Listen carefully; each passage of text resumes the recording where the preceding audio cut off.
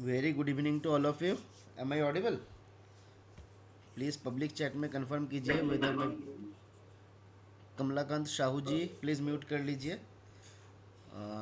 और आप लोग कंफर्म कीजिए वेदर मेरा my voice is clear to you और not. Very good evening Shailesh ji, good evening Rema ji.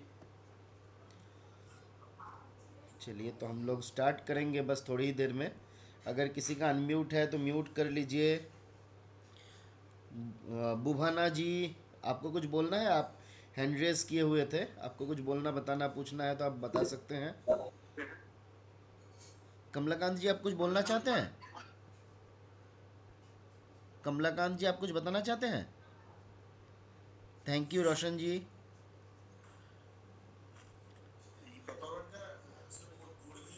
Very good evening Kamalakant ji, बताइए।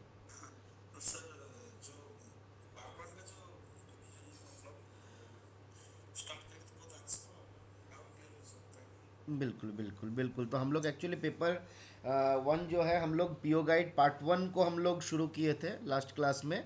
और पार्ट वन का एक क्लास हम लोगों का पिछला सेशन एक हुआ था 2 दिन पहले, शायद जितना हमको याद आ रहा है शनिवार को। तो आप ज्वाइन किए थे क्या उसमें? अच्छा, कोई कोई बात नहीं।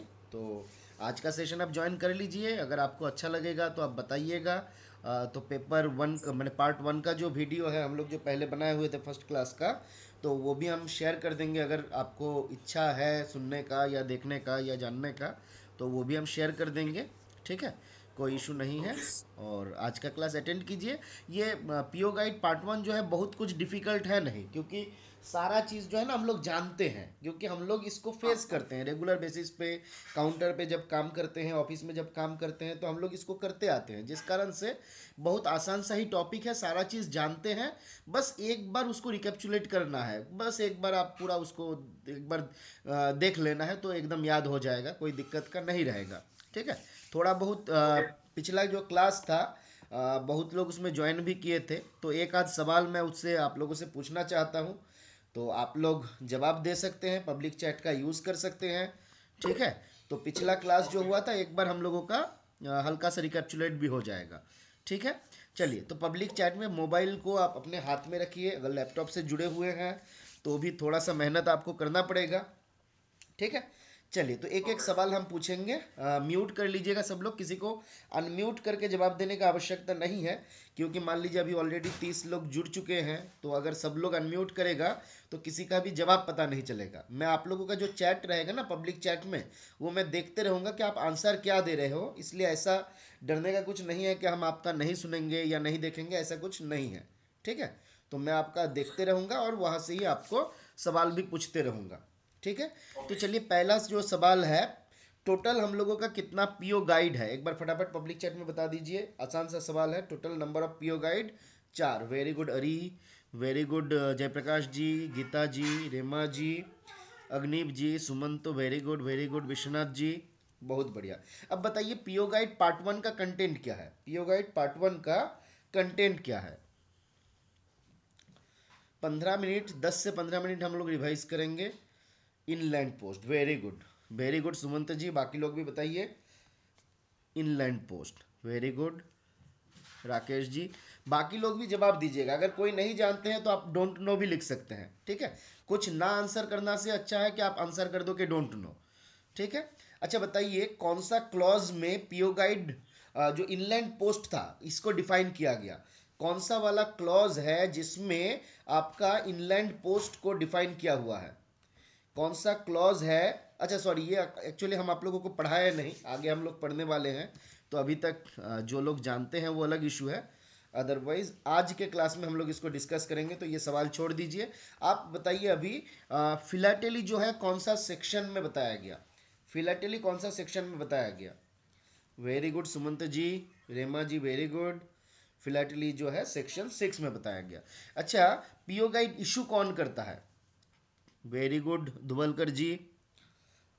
चलिए, वेरी गुड, डीजी पोस्ट जो है वो आपका पीओ गाइड इशू करता है। अब आप लोग बताइए टोटल कितना क्लॉज है पीओ गाइड पार्ट वन में? टोटल कितना क्लॉज है? विधान शाह, आप कुछ बताना चाहते हैं? अनम्यूट करके बोल सकते हैं। आप हैंड रेस किए हैं, और बुभाना जी, बुभाना आर, कुछ बोलना है तो आप पब्लिक चैट में मैसेज भी कर सकते हैं। टोटल 273 क्लॉज है, वेरी गुड। अच्छा बताइए, ऑफिशियल पोस्टल आर्टिकल के बारे में कौन सा वाला क्लॉज में बताया गया? ऑफिशियल पोस्टल आर्टिकल के बारे में, ऑफिशियल पोस्टल आर्टिकल के बारे में क्लॉज 3 में बताया गया। चलिए अब बताइए, डिपार्टमेंट ऑफ पोस्ट का एट प्रेजेंट कौन सा मिनिस्ट्री के अंडर में आता है? हाई ब्रो, ये क्या होता है? HIBRO। चलिए जिशा जी, हम समझ नहीं पाए, आप थोड़ा एलेबोरेट कीजिएगा अगर करना चाहते हैं। MOC, मिनिस्ट्री ऑफ कम्युनिकेशन के अंडर में हम लोग आते हैं। चलिए बहुत बढ़िया। अब आप बताइए, प्रेजेंट जो ADG कोऑर्डिनेशन है उनका नाम क्या है? प्रेजेंट ADG कोऑर्डिनेशन का नाम क्या है? MK खान, राकेश जी पिटाई लगेगा। MK खान कौन है? वो आपका ADG है, ADG रैंक है उनका, पर वो है आर्मी पोस्ट ऑफिस का हेड, ठीक है। ADG कोऑर्डिनेशन नहीं है। ADG कोऑर्डिनेशन कौन है? स्मिता कुमार। अब ये बताइए, स्मिता कुमार जो है ये मेल है या फीमेल है? कोई बात नहीं राकेश, स्मिता कुमार जो है मेल है या फीमेल है? चलिए देखिए, दो आंसर आया, मेल और फीमेल, है ना। तो याद रखना है श्रीमती स्मिता कुमार है, ठीक है। तो आपका फीमेल है, मेल नहीं है। कुमार देख के बहुत लोग गड़बड़ कर देता है, ठीक है। शैलेश जी, अनिमेश जी, आपने भी मेल बताए हुए थे, तो याद रखना वो महिला है, श्रीमती है, ठीक है। तो हम चलिए इसमें ऐड कर देंगे, क्योंकि हम ऐड नहीं किए हुए थे।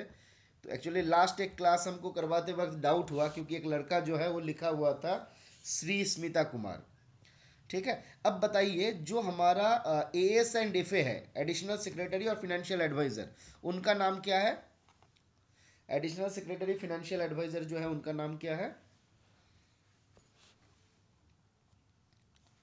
पार्थो सारथी दास, वेरी गुड सुमंत जी। बाकी लोग बताइए, पब्लिक चैट में जवाब देना चाहिए, ठीक है। अगर आप लोग पढ़ाई अगर नहीं करिएगा तो ऐसे नहीं चलेगा, ठीक है। आसान सा चीज़ है, PS दास। चलिए शॉर्टकट में आ गए, तो पूरा नाम ही याद रखिएगा, ठीक है। चलिए आगे बढ़ते हैं हम लोग आगे। Total number of RMS division as on 31/3/2022, total कितना RMS डिवीजन है फटाफट बताइए। शैलेश जी वेरी गुड, पर PRTH होगा। 69 number of RMS division are there, very good, very good Geeta ji, very good Animesh, Rakesh, Shailesh, very good Ari, Sumant, very good. अब बताइए, टोटल पोस्टल डिवीजन का संख्या कितना है? पोस्टल डिवीजन कितना है टोटल? देखिए ये थोड़ा बहुत एनुअल रिपोर्ट का भी रिवीजन हो जाता है ना। आप याद रखना है 457 है, किसी ने बताया 446, विधान शाह, याद रखना है 457 है, ठीक है।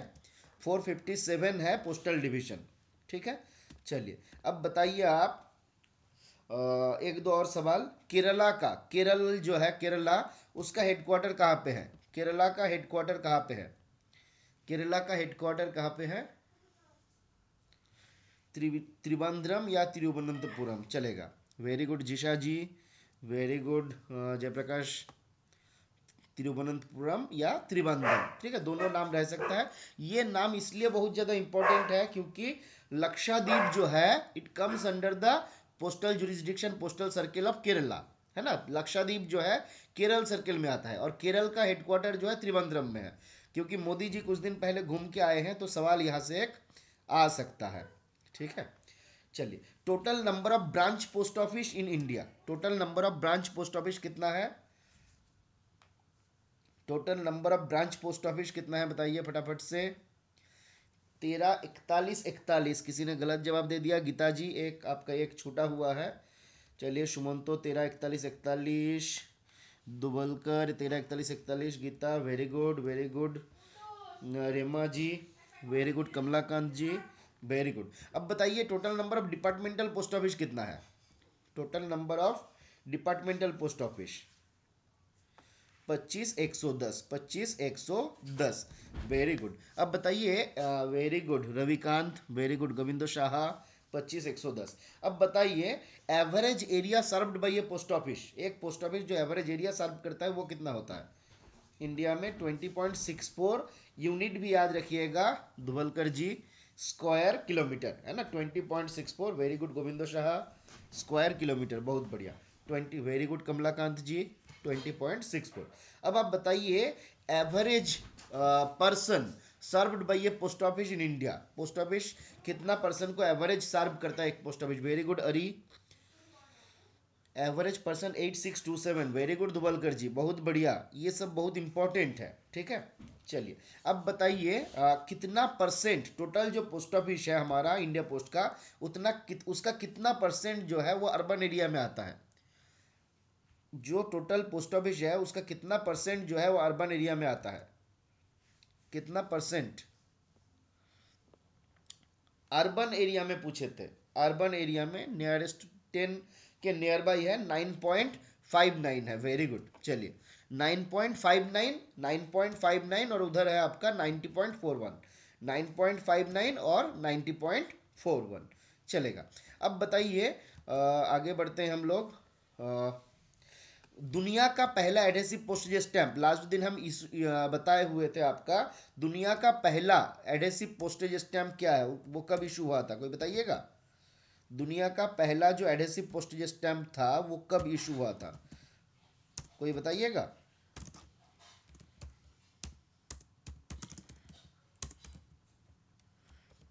दुनिया का पहला एडहेसिव पोस्टेज स्टैंप कब इशू हुआ था, 1727 में पहला पोस्ट ऑफिस हुआ था। 1852 जो है उसमें एशिया का पहला पोस्टेज स्टैंप या इंडिया का पहला पोस्टेज स्टैंप जो है जिसका नाम है शिंदे डाक, वो इशू हुआ था। दुनिया का पहला जो आपका पोस्टेज स्टैंप एडहेसिव था उसका नाम था, वेरी गुड राकेश जी, पेनी ब्लैक, ठीक है, उसका नाम क्या था, पेनी ब्लैक, और वो आपका इंग्लैंड में बनाया हुआ था, क्वीन विक्टोरिया का फोटो हुआ करता था उसमें, एक ब्लैक कलर का 1 पेनी का एक आपका पोस्टेज स्टैंप था, 1840 में आया हुआ था, ठीक है। तो इसको थोड़ा याद रख लीजिएगा, इंपॉर्टेंट चीज़ है, हालांकि एग्जाम पे पूछा जाने का चांसेस कम है, एग्जाम में पूछेगा तो सबसे ज़्यादा पूछने का चांसेस है सिंधे डॉक के बारे में, जो आपका 1852 में आपका इशू हुआ था। चलिए अब आगे बढ़ते हैं हम लोग, कुछ और सवाल। आईपीपीबी कब लॉन्च हुआ था बताइए, आईपीपीबी कब लॉन्च हुआ था, 1818, 2018, 2018 डेट भी याद रखना है, ठीक है, जब आईपीपीबी वगैरह ये सब आता है तो आपसे डेट भी पूछेगा, खाली 18 बताने से नहीं होगा। अभी तक किसी ने डेट नहीं बताया, 1 सितंबर, वेरी गुड, 1918, ठीक है। चलिए आप इसको ऐसे भी याद रख सकते हैं, बंगला में अगर होगा 1918, 1918, एक नहीं है 18 है, 1918, है ना, कहाँ पे हुआ था, तालकोटरा स्टेडियम में। चलिए आगे बढ़ते हैं हम लोग, और एक दो सवाल, और 2 मिनट है हम लोगों के पास। बताइए सेविंग्स बैंक का काम, सेविंग्स बैंक का काम नाइट पोस्ट ऑफिस में कितने बजे तक होता है, सेविंग्स बैंक, देखिए रांची में वो दूसरा चीज़ है, रांची में आईपीपीबी का इनोग्रेशन हुआ था, पहला पोस्ट ऑफिस था, पर वो दूसरा चीज़ है, ठीक है। सेविंग्स बैंक का काम शाम को 7 बजे तक होता है, very good.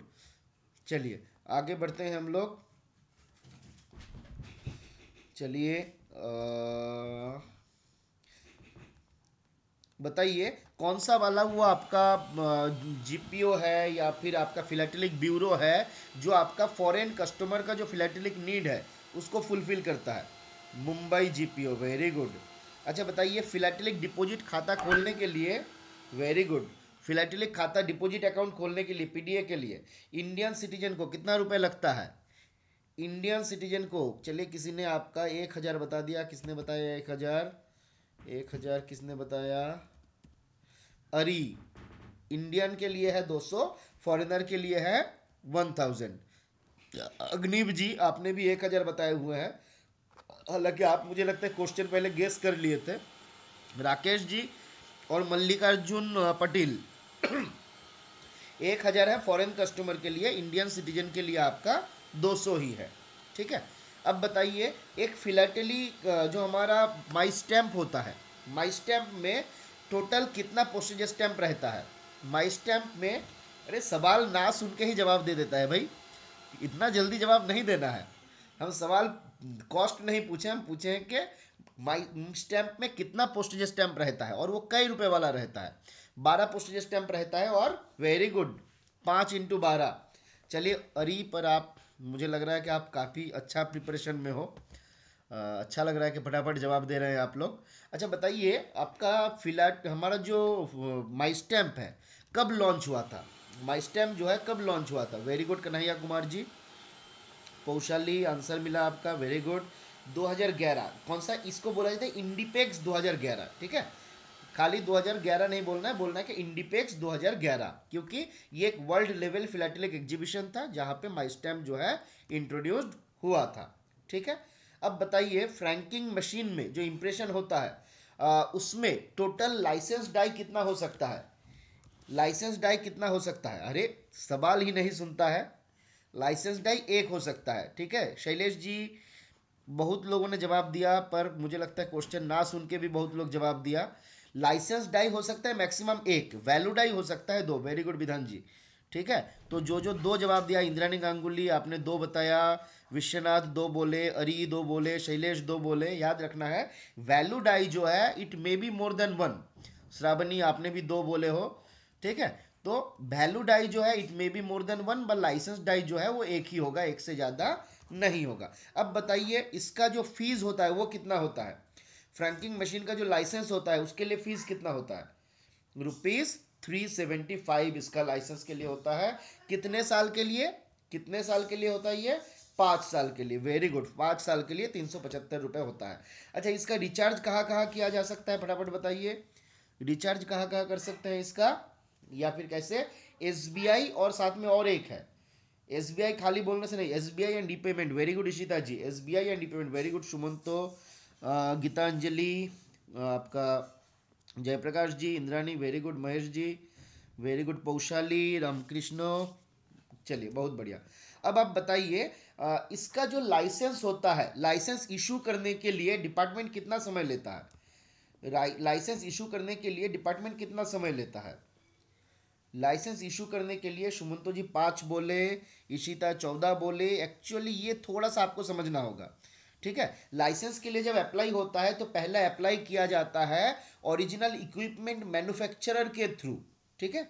Original equipment manufacturer के थ्रू अप्लाई किया जाता है। तो ओरिजिनल इक्विपमेंट मैन्युफैक्चरर के पास जो टाइम लगता है प्लस डिपार्टमेंट को जितना टाइम लगता है, मिलके टोटल 14 दिन है। पर डिपार्टमेंट इसके लिए लेता है 10 दिन, ठीक है। तो डिपार्टमेंट कितना टाइम लेता है? तो 10 दिन लेता है। टोटल एप्लीकेशन से लेके इशू होते तक कितना समय लगता है? तो 14 दिन लगता है। लाइसेंस रिन्यूअल के लिए कितना समय लगता है? वेरी गुड, 10+4 उसमें अनिमेश जी, वेरी गुड। और लाइसेंस इशू करने के लिए आपका 5 दिन का, रिन्यूअल करने के लिए 5 दिन का समय लगता है। अब बताइए, फ्रैंकिंग मशीन यूजर को ओईएम कितने दिन कॉल करता है? फ्रैंकिंग मशीन यूजर जो है वो ओईएम को कितने दिन में कॉल करता है? 3। गलत जवाब, गलत जवाब कपूर जी। इसके लिए आपका पूरा जीता हुआ पैसा वापस कर लेंगे हम 30 दिनों में। वेरी गुड दुबलकर जी, 30 दिनों में एटलीस्ट एक बार। याद रखना है, फ्रैंकिंग मशीन यूजर जैसे हम लोग मोबाइल यूज करते हैं, 28 दिन 30 दिन में एक बार रिचार्ज करते हैं। वेरी गुड एनी जी, तो वेरी गुड महेश जी। तो 30 दिनों में एटलीस्ट एक बार आपका कॉल करना रहता है।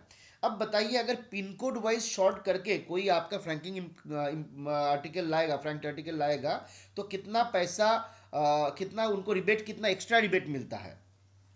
कितना रिबेट मिलता है? तो 2% आपका एक्स्ट्रा रिबेट मिलता है।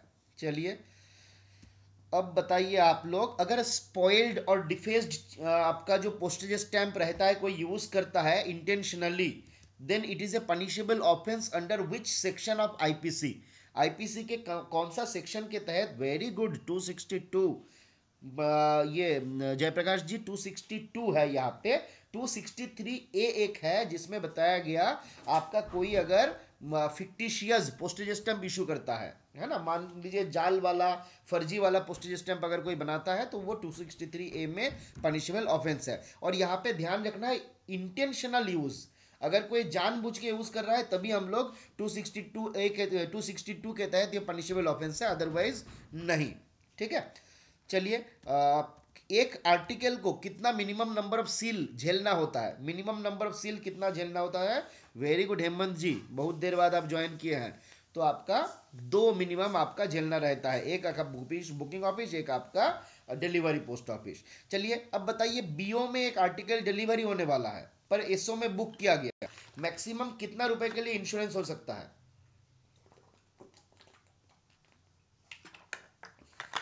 वेरी गुड, याद रखना है 600 रुपीज, है ना।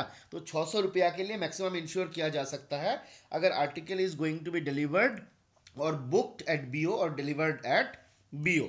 अब बताइए आप, गोल्ड ज्वेलरी प्रेशियस स्टोन कोई आपका भेजना चाहता है, मैक्सिमम कितने अमाउंट के लिए होगा? मैक्सिमम कितने अमाउंट के लिए होगा? 1 लाख के लिए। किसी ने 10,000 बताया, मुझे लगा नहीं, चलिए ठीक है, सब लोग 1 लाख ही लिखे हैं। 3 2 5, चलिए। अब आप बताइए, ये तो जानते हैं आप सब लोग, एक लेटर बॉक्स में लिखा हुआ है फॉर लेटर्स ओनली, कौन सा आर्टिकल उसके थ्रू डिलीवरी आप कर सकते हैं? एक लेटर बॉक्स में लिखा हुआ है, मार्क किया हुआ है फॉर लेटर ओनली, उसमें क्या क्या डाला जा सकता है? लेटर एंड पोस्ट कार्ड, आईएनसीएल लेटर नहीं, याद रखना है लेटर एंड पोस्ट कार्ड, ठीक है।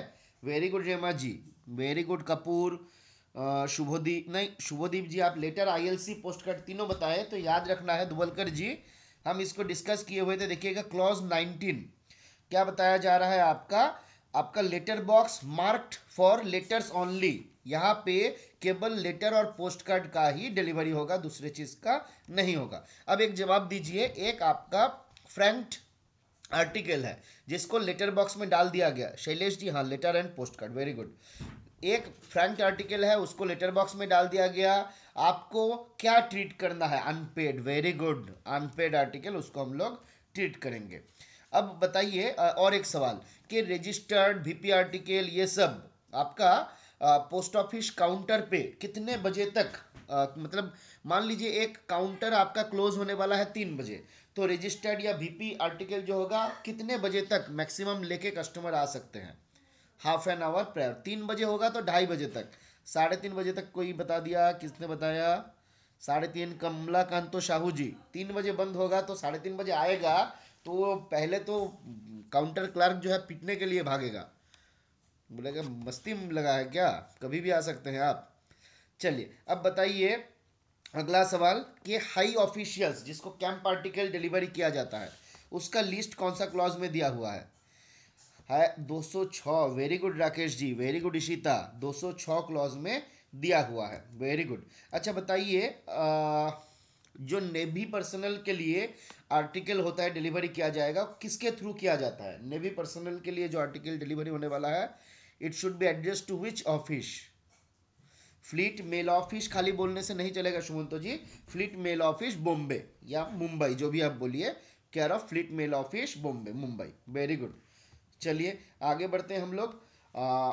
मान लीजिए किसी एक व्यक्ति के नाम पे एक आपका पोस्ट बॉक्स था, बाद में पोस्ट बॉक्स जो है वो क्या हुआ, उसका लाइसेंस जो है वो लैप्स कर गया, अब उसके एड्रेस पे अगर कोई चिट्ठी जाता है, क्या हम पोस्ट बॉक्स के थ्रू उसको डिलीवरी करेंगे या नहीं करेंगे? नहीं करेंगे, रिटर्न टू सेंडर हो जाएगा। चलिए बहुत अच्छी बात है, आप लोग अच्छे से पढ़े हैं। तो अभी हम लोग स्टार्ट करेंगे पीओ गाइड पार्ट 1 का जो सेकंड क्लास है। पहला क्लास में जो हम लोग डिस्कस किए थे उसको एक बार हम लोग रिकैप्चुलेट कर लिए, अब यहाँ से हम लोग आज का सेशन जो है इसको स्टार्ट करेंगे, ठीक है। चलिए बहुत अच्छा लगा कि आप लोग इतना एक्टिवली पार्टिसिपेट किए और आप लोग पढ़े भी हैं, ये सबसे अच्छी बात है ना। चलिए नरोत्तम जी आप वीडियो ऑफ कर लीजिए, नहीं तो फालतू में आपका डेटा ज़्यादा जाएगा, है ना, इंटरनेट कनेक्शन हो सकता है। What was the last question? Last question में हम पूछे हुए थे कि मान लीजिए किसी के नाम पे आपका पोस्ट बॉक्स कनेक्शन था, ठीक है, अब पोस्ट बॉक्स जो है वो आपका क्या हुआ, वो आपका सर्विस जो है वो बंद हो गया, लैप्स हो गया, हम लोग लाइसेंस जो है उसका विदड्रॉ कर लिए। अब इस केस में अगर उनका नाम पे पोस्ट बॉक्स मेंशन करते हुए कोई आर्टिकल आएगा तो हम क्या करेंगे, उसको डिलीवरी करेंगे या फिर डिलीवरी नहीं करेंगे? तो उसका जवाब है कि हम डिलीवरी नहीं करेंगे, ये रिटर्न टू सेंडर कर दिया जाएगा, ठीक है, क्लियर है।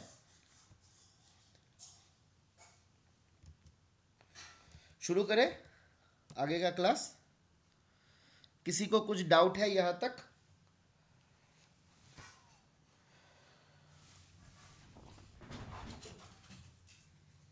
चलिए तो अभी हम लोग शुरू करते हैं, आगे बढ़ते हैं, अगर किसी का कुछ डाउट रहेगा तो आप लोग बताइएगा, ठीक है।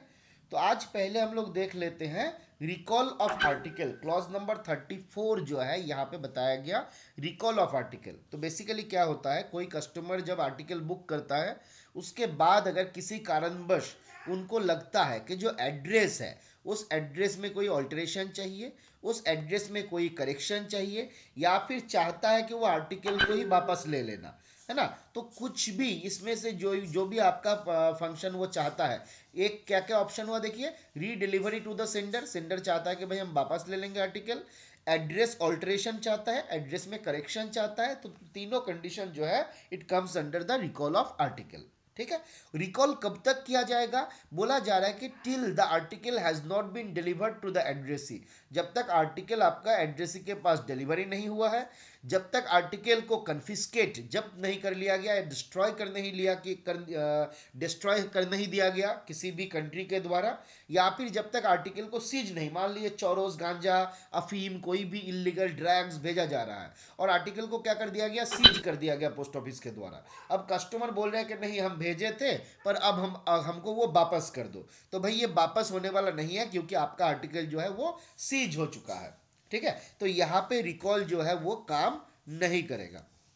ठीक है, तो अब रिकॉल का परमिशन कौन कौन देता है, तो बेसिकली देखिए पोस्ट ऑफिस में अगर आप प्रैक्टिकल फील्ड का बात करिएगा तो ये परमिशन देता है डिविजनल हेड यानी कि एसपीओस, और फर्स्ट क्लास पोस्ट ऑफिस के केस में उसका जो फर्स्ट क्लास पोस्ट मास्टर रहता है, जिसको हम लोग सीनियर पोस्ट मास्टर नाम से भी जानते हैं, चीफ पोस्ट मास्टर नाम से भी जानते हैं, तो वो आपका इशू करता है इसका ऑर्डर। इसके अलावा पीएमजी, डीजी और सेंट्रल गवर्नमेंट जो है ना, वो भी इसके लिए परमिसेबल है, ये लोग भी ऑर्डर कर सकता है आर्टिकल रिकॉल का। पर नॉर्मली हम लोग देखते हैं सुपरिटेंडेंट ऑफ पोस्ट ऑफिस या फर्स्ट क्लास पोस्ट मास्टर जो है वही आपका ऑर्डर करते हैं।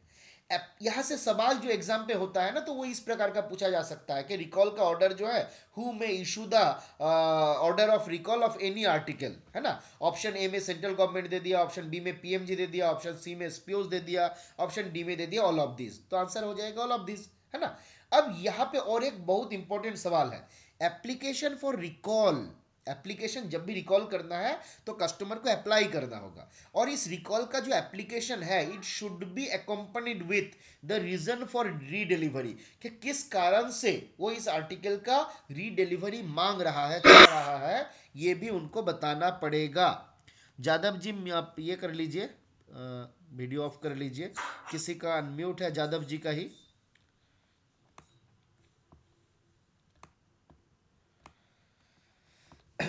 चलिए, तो उनको ये रीजन बताना होगा। तो आपको एग्जाम पे सवाल पूछ सकता है कि application of recall should be accompanied by, है ना, with the reason of redelivery. फिर आपका ऑप्शन दे देगा reason of redelivery need not be furnished, है ना। तो इस प्रकार के आपका ऑप्शन दे देगा। तो आपको याद रखना है कि रीडिलीवरी किस कारण से हो रहा है, ये कारण उनको बताना है। अब यहाँ पे एक ऑप्शन दिया गया, यहाँ पे बताया नहीं गया पर हम आपको बोल देते हैं कि रीडिलीवरी जो होता है इसका कारण तो उनको बताना है, पर कस्टमर अगर चाहता है ये कारण वो सील्ड कवर में दे सकता है। मतलब उनको लगा कि हमको पोस्ट मास्टर को ये कारण हम नहीं बताएंगे, इसको डायरेक्ट हम सुपरिटेंडेंट के पास बताएंगे, तो वो सील्ड कवर में एप्लीकेशन दे सकता है। पोस्ट मास्टर को क्या करना होगा, वो एप्लीकेशन को फॉरवर्ड कर देना होगा सुपरिटेंडेंट के पास, और वहां से जो ऑर्डर आएगा अकॉर्डिंगली काम किया जाएगा। ठीक है, इसका फीस आता है एग्जाम पे, ये फीस भी पूछा जाता है कि रिकॉल का फीस कितना है।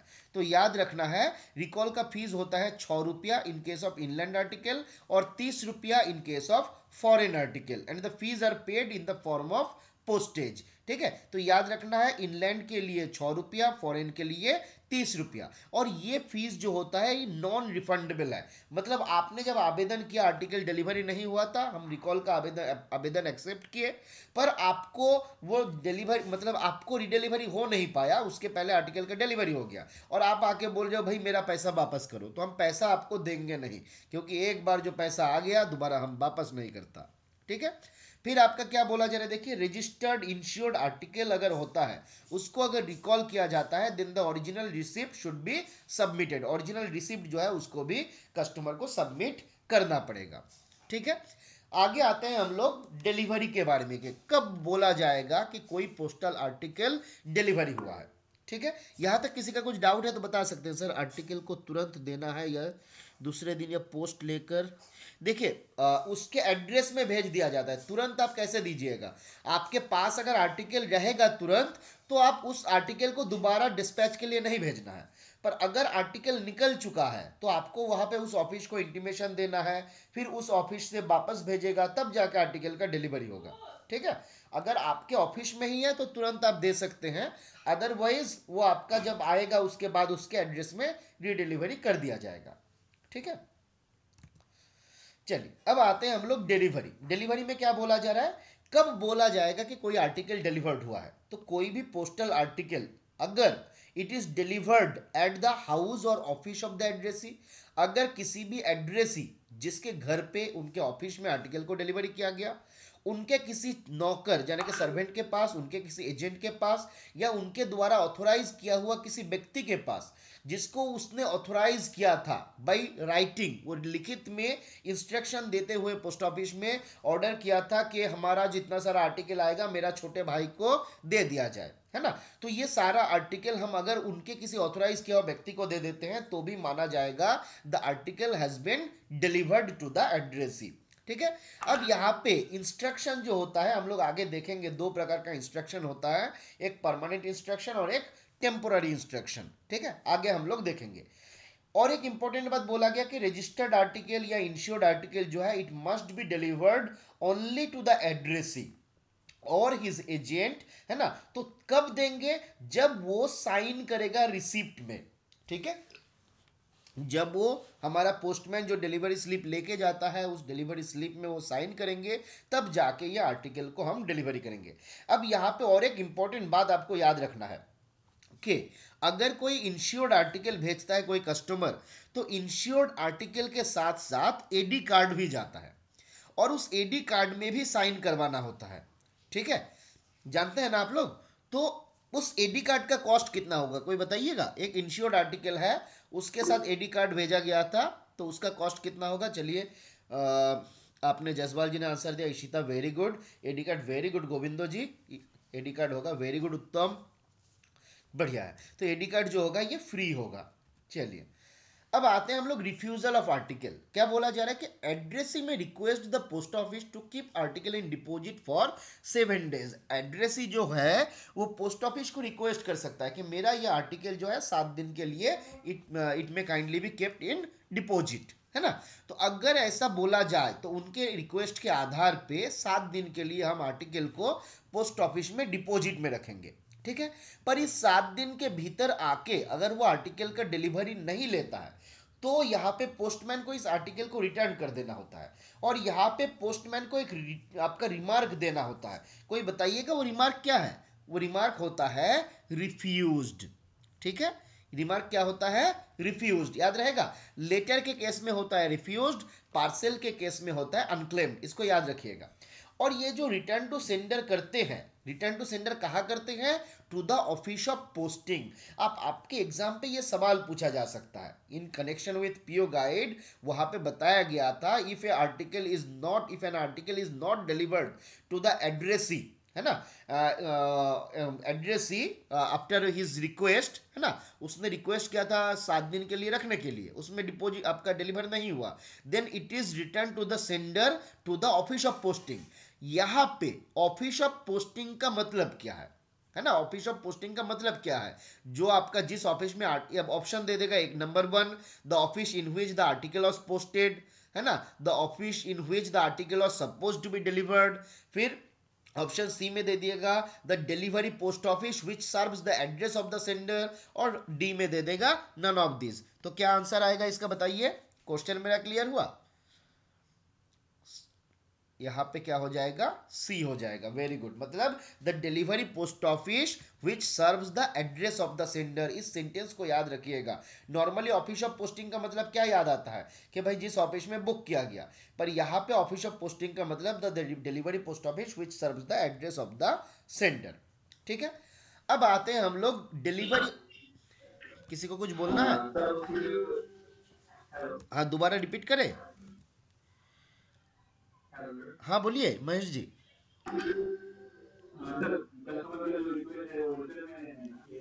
हाँ हाँ बिल्कुल बिल्कुल बिल्कुल, रिटर्न में लेना है। या फिर नॉर्मली रिटर्न पे ही लेते हैं हम, रिटर्न छोड़ के हम चीज़ को मानते नहीं हैं। ठीक है, अब आगे आते हैं हम लोग, delivery of registered articles to farms. तो कोई फार्म है, कोई कंपनी है, कोई ऑर्गेनाइजेशन है जो बल्क एड्रेसी है। अब यहाँ पे सवाल आता है बल्क एड्रेसी किसको बोला जाता है। तो कोई व्यक्ति जिसके नाम पे 7 या उससे ज़्यादा आर्टिकल है, किसी के नाम पे, याद रखिएगा जब आप लोग स्टैब्लिशमेंट रिव्यू नॉर्म्स पढ़िएगा वहाँ पे आपका बताया गया है कि बल्क आर्टिकल या बल्क किसको बोला जाता है ना। तो बल्क किसको बोलेंगे, बल्क आर्टिकल, जब किसी के नाम पे 7 या उससे ज़्यादा आर्टिकल आएगा डिलीवरी के लिए तो उसको हम लोग बोलते हैं बल्क आर्टिकल। ठीक है, बल्क, तो उस बल्क आर्टिकल को जब भी भेजा जाएगा बल्क में, तो वहां पे क्या किया जाता है, एक स्पेशल लिस्ट बनता है। स्पेशल लिस्ट क्यों बनता है, और ताकि नॉर्मल केस में क्या होता है, देखिए हम कस्टमर को जब आर्टिकल देते हैं उसको कोई रसीद नहीं देते, पर बल्क आर्टिकल जब आता है किसी फार्म के नाम पे, तो बल्क में उसको डिलीवरी करने के लिए एक डिलीवरी स्लिप का कॉपी एक्स्ट्रा बनाया जाता है। ठीक है, तो नॉर्मली मान लीजिए सिंगल कॉपी बन रहा है जिसमें कस्टमर का साइन करवाया जा रहा है, पर यहाँ पे वो डुप्लीकेट बनेगा। अब यहाँ पे थोड़ा सा कंफ्लिक्ट है, जो प्रोसीड्योर पोस्ट ऑफिस में होता है या होना चाहिए और जो हमारे यहाँ पे बताया गया। तो आप लोग जब पोस्ट ऑफिस में काम करते हैं तो आप लोग थोड़ा सा और ज़्यादा काम करिएगा। क्या करना है, आप हमेशा जब मान लीजिए आप काउंटर, मतलब आप पोस्टल असिस्टेंट हैं जो पोस्टमैन को चिट्ठी वगैरह देते हैं, तो क्या होता है, आप एक ही कॉपी मान लीजिए डिलीवरी स्लिप निकालें और उसको दे दिए पोस्टमैन को, सारा आर्टिकल भी दे दिए। अब पोस्टमैन थोड़ी देर बाद बाहर गया था, उसका आर्टिकल किसी कारणवश खो गया, अब आपके पास आता है और बोलता है कि चलो आज का आर्टिकल हमको दे दो, तुमने हमको आर्टिकल नहीं दिया था। तो आपके पास क्या रहेगा बताने के लिए, नहीं हम तुमको दिए थे, कैसे प्रूव करिएगा कि आपने उसको आर्टिकल दिए थे, है ना। ऐसा बहुत सारा केस होता है। पिछले कुछ दिन पहले खबर मिला था वेस्ट बंगाल में बैरकपुर डिवीजन में या कहीं पे एक आपका कुछ एक पोस्टमैन का कुछ आर्टिकल खो गया था, मतलब साइकिल ही चोरी हो गया था, हालांकि बाद में मिल गया, पुलिस ने उसको रिकवर कर लिया। पर मान लीजिए ऐसा केस होता है तो आपके ऊपर आ जाएगा, तो आप क्या करिएगा, आप कुछ नहीं कर सकते। जिस कारण से जब भी आप पोस्टमैन को दीजिएगा ना, आर्टिकल हैंडओवर करिएगा, जब आप काउंटर में काम कर रहे हैं पोस्टल असिस्टेंट, मतलब वहाँ पे, तो आप डिलीवरी ब्रांच में काम कर रहे हैं, तो हमेशा आप क्या करिए, लिस्ट जब निकालते हैं तो एक कॉपी एक्स्ट्रा लिस्ट निकालिए। नॉर्मली आप सिंगल में निकालते हैं, उसको डुप्लीकेट में निकालिए। कितना आर्टिकल है उसमें नोट कीजिए। ठीक है, total number of article postman से नोट करवाइए कि received 15 number of registered article, है ना, और serial date, serial number 1 to 15, इतना number of speed post article, इतना नंबर ऑफ पार्सल, इतना ऑर्डिनरी आर्टिकल, जो भी है वो सारा चीज लिस्ट में लिखते हुए आपको देगा और साइन करके देगा, और वो आप अपने पास रख लीजिए, है ना। तो ये फायदा क्या होता है, किसी कारणवश अगर आर्टिकल खो जाता है बाहर में जाके, वो आपको आके रिस्पॉन्सिबल नहीं करवा सकता।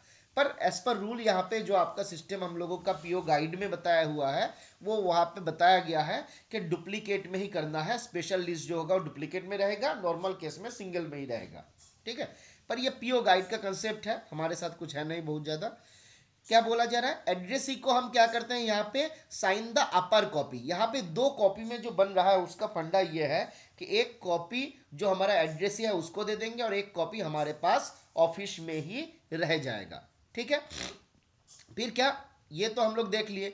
अब यहाँ पे कुछ और चीज बताया गया है कि कुछ आर्टिकल होता है जहाँ पे फीस रिकवर होता है, जैसे मान लीजिए वीपी आर्टिकल है, वैल्यू पेएबल, जैसे सीओडी आर्टिकल होता है, ऑर्डिनरी अनपेड आर्टिकल या फिर इनसफिशिएंटली पेड आर्टिकल।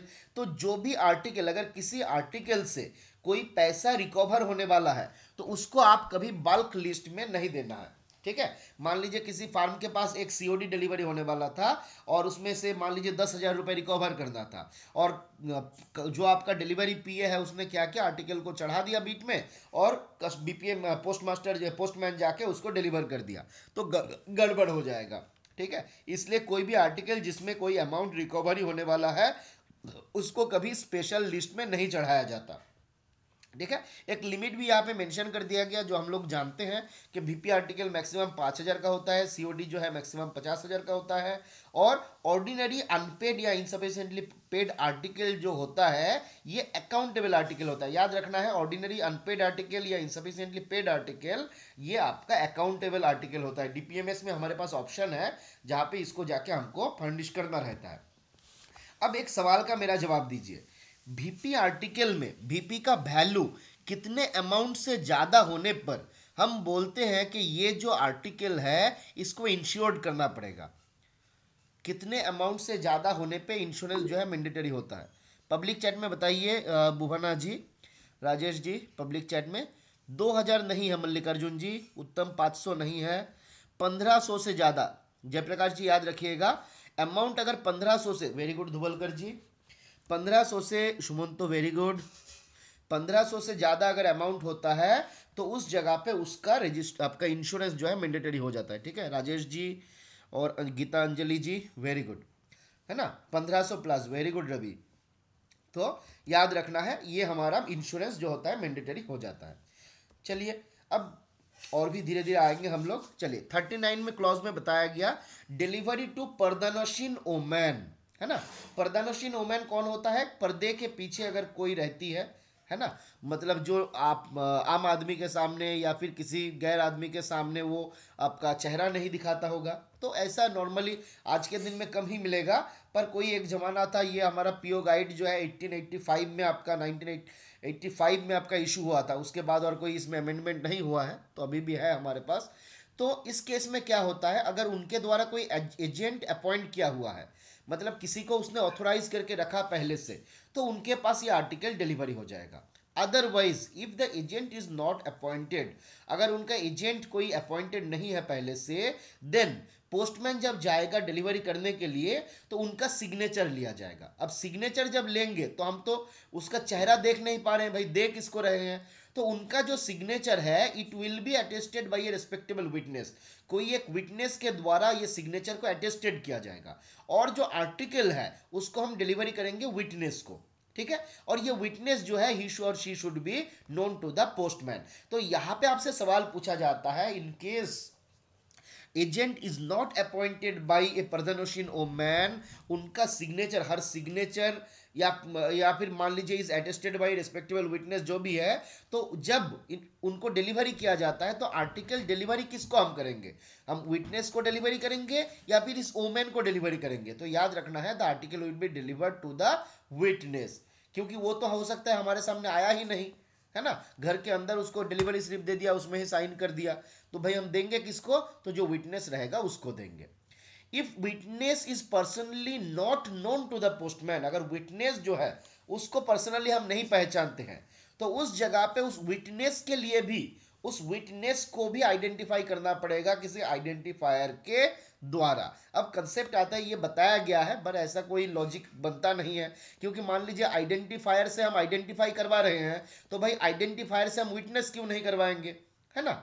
तो ये फंडा आ जाता है, बस दिया हुआ है, याद रखना है हम लोगों को कि विटनेस को आइडेंटिफाई करवाया जाएगा, और ये identification may be by some person और बाई डॉक्यूमेंट। तो बाई पर्सन भी हो सकता है, बाई डॉक्यूमेंट भी हो सकता है। मान लीजिए कोई पर्सन मिला नहीं जो उसको आइडेंटिफाई करेगा, तो उनका डॉक्यूमेंट से भी आइडेंटिफाई किया जा सकता है, और यहाँ पे भी विटनेस को ही हम डिलीवरी करेंगे आर्टिकल। तो बेसिकली पर्दानशीन ओमैन को जब आर्टिकल डिलीवरी करना है तो मोटा बात याद रखना है, आर्टिकल हम महिला को नहीं देंगे, हम विटनेस को देंगे, ठीक है।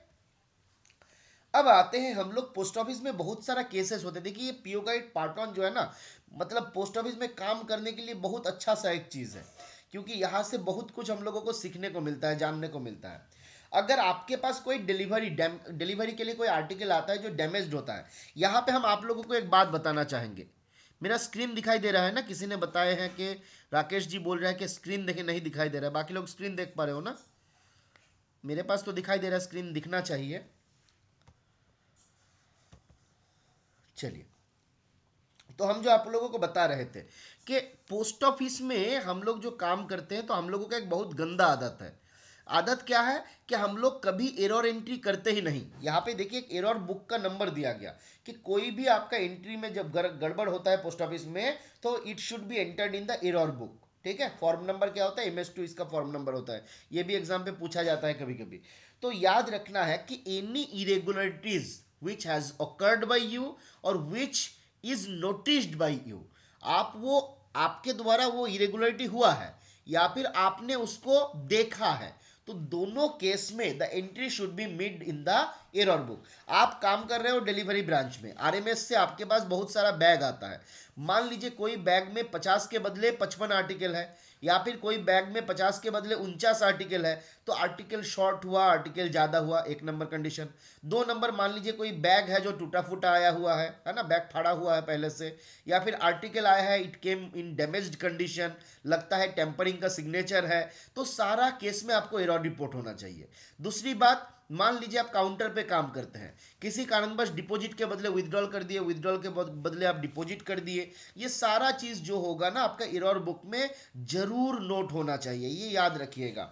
ठीक है, तो एरर बुक में एंट्री करना खाली ये सफिशिएंट नहीं होता है। जैसे पोस्टल इंस्पेक्टर लोग जब इंस्पेक्शन में जाते हैं, आप में से भी अगर कोई काम किए हैं कभी पहले, आपका मतलब जैसे इंचार्ज में, डिप्यूटेशन एडहॉक में काम किए हुए होंगे, तो वहाँ पे क्या करते हैं हम लोग, जब इंस्पेक्शन में जाते हैं तो नॉर्मली हम लिख देते हैं कि नो एंट्री सिंस डीएलआई, या फिर 5 एंट्री सिंस डीएलआई, तो खाली हम ये लिख के छोड़ देते हैं। पर हम कभी ये नोटिस नहीं करते हैं कि जो एरर लिखा हुआ है, ठीक है, एरर लिखा होना खाली सफिशिएंट नहीं होता है, 2-3 चीज रहता है। नंबर 1, एरर में कौन सा नंबर एरर है वो नोट होना चाहिए। दूसरा, कौन सा डेट का एरर है। अच्छा, आप तो महेश जी आईपी में काम भी किए हुए हैं, तो आप और अच्छे से इसको रिलेट कर पाइएगा, है ना। तो पहला केस क्या हुआ, देखिए, एरर कितना नंबर का एरर है, कौन सा डेट का एरर है। दूसरा क्या है कि एरर जब नोट किया जाएगा, जो ऑफिशियल उसको नोटिस किया था या फिर जिसके द्वारा वो घटना हुआ था, वो क्या करना है, बैग मतलब आरएमएस से जब कोई बैग आता है उस बैग में, या फिर मान लीजिए आप कोई भी काम करते हैं, ठीक है, ये हम वो नहीं बता रहे हैं, एरर का नंबर नोट करने के लिए बोल रहे हैं कि एरर बुक में सीरियल वाइज रहता है, कि मान लीजिए आपका ये 2024 में आप ये चालू किए हैं, ठीक है, तो 2024 में 1/1/1/2024, या फिर 1/2/1/2024, तो उसमें पहला एरर हुआ, वहां पे लिखा गया कि मान लीजिए कि while working in SB counter, ये हुआ था कि हमारे पास एक डिपॉजिट के लिए आया 5,000 का, और हमने क्या किया, गलती से मान लीजिए 50,000 जमा कर दिए, या फिर विदड्रॉल के लिए आया, हम डिपॉजिट कर दिए। तो ये सारा जो घटना हुआ था, उसका ट्रांजैक्शन आईडी क्या था, क्या समय था, उसके बाद आपने क्या किया, सारा चीज वहां पे लिखा जाता है। फिर जिसने ये घटना घटाया है उनका सिग्नेचर रहता है, साथ में जो उसका सुपरवाइजर है या फिर जो पोस्ट मास्टर है उनका सिग्नेचर रहता है। तो जब ये सारा चीज हो गया, ये आपका एरर लिखना कंप्लीट हुआ, इसके बाद आपका काम रहता है कि एरर जो एक्सट्रैक्ट है उसको भेजा जाता है हायर ऑफिशियल के पास। मान लीजिए आप पोस्ट ऑफिस में काम करते हैं, मतलब आप डिवीजन के डायरेक्ट अंडर में हो। अब आपके पास कोई एक आरएमएस का ऑफिस क्या करता है, रेगुलर बेसिस पे मान लीजिए वो आपका मिसेंट आर्टिकल भेजता है, तो यहाँ पे आपको क्या करना है, उस ऑफिस को इंटीमेट करना है। तो यहाँ पे एरर किसको किसको भेजिएगा, एटलीस्ट आरएमएस का जो सुपरिटेंडेंट है उसके पास, आरएमएस का जो ऑफिस L1 हो L2 हो जिसके पास से आपके पास आर्टिकल आ रहा है उसके पास, साथ में आपका जो डिविजनल है उनके पास, है ना। तो ये सारा ऑफिस के पास आपको भेजना होता है एरर का रिपोर्ट। तो ये हम लोगों को ध्यान रखना होता है, ठीक है। तो ये काम आप लोग जब ऑफिस में करिएगा, फायदा क्या होता है, बाद में कभी भी आपके ऊपर अगर कोई ऐसा केस आया, मान लीजिए कोई आर्टिकल था, उसको आप नोट किए कि आर्टिकल हमारे पास आया था डैमेज्ड कंडीशन में, ठीक है, अब वो आर्टिकल आपके पहले आरएमएस से आया हुआ था, अब मान लीजिए आरएमएस वाला जो है उसने नोट नहीं किया, मतलब उसके पास सही कंडीशन में था, अब सही कंडीशन में वहां पे था, आपके पास डुप्लीकेट मतलब गड़बड़ कंडीशन में आया, मतलब इस बीच में ही कहीं पे गड़बड़ी हुआ है, तो उस आर्टिकल से अगर आपका मान लीजिए कोई कंटेंट लॉस हो जाएगा, तो यहाँ पे हम उनको पकड़ेंगे कि भाई तुम्हारे एंड से यहाँ तक आ रहा था तो कहाँ पे गड़बड़ हुआ, तो आसानी से हम लोग आइडेंटिफाई कर सकते हैं which official is at the fault, है ना, कौन आपका फॉल्ट में है, किसके गड़बड़ी है, तो हम उसको पता कर सकते हैं, जिस कारण से ये एरर एंट्री बहुत ज़्यादा नेसेसरी हो जाता है। जो लोग आरएमएस सेक्टर से है, यहाँ पे अगर कोई आरएमएस वाला होगा तो वो लोग जानते हैं कि आरएमएस में बहुत अच्छे तरीके से एरर एंट्री होता है। कभी भी कोई गड़बड़ होता है ना, तो हमेशा वो लोग एरर एंट्री करता है, पर पोस्ट ऑफिस वाले कभी एरर एंट्री नहीं करता, मतलब पोस्ट ऑफिस वाले हमेशा एरर एंट्री से भागता है, तो ये भागना नहीं है, हम लोगों को भी एरर एंट्री करना है, ठीक है। ये हम लोग टॉपिक को छोड़ के कुछ बातें कर रहे थे, अभी हम लोग टॉपिक में आते हैं कि एरर एंट्री जो होता है एरर बुक में होता है, और इसका फॉर्म नंबर होता है MS2। कोई भी डैमेज्ड आर्टिकल अगर हमारे पास आता है है ना। तो हम लोग क्या करते हैं, उस आर्टिकल को भेजेंगे नहीं पोस्ट डिलीवरी के लिए, तो क्या करेंगे देखिए, नोटिस और intimation slip to be send to the addressee by the postmaster to attend the post office. अगर कोई डैमेज आर्टिकल आएगा तो हम डिलीवरी के लिए नहीं भेजेंगे, हम क्या करेंगे, कस्टमर के पास नोटिस या इंटीमेशन स्लिप देंगे कि सर आपका एक आर्टिकल मेरे पास आया हुआ है which is in damage condition, कृपया आप पोस्ट ऑफिस में आके इसका डिलीवरी जो है लीजिए।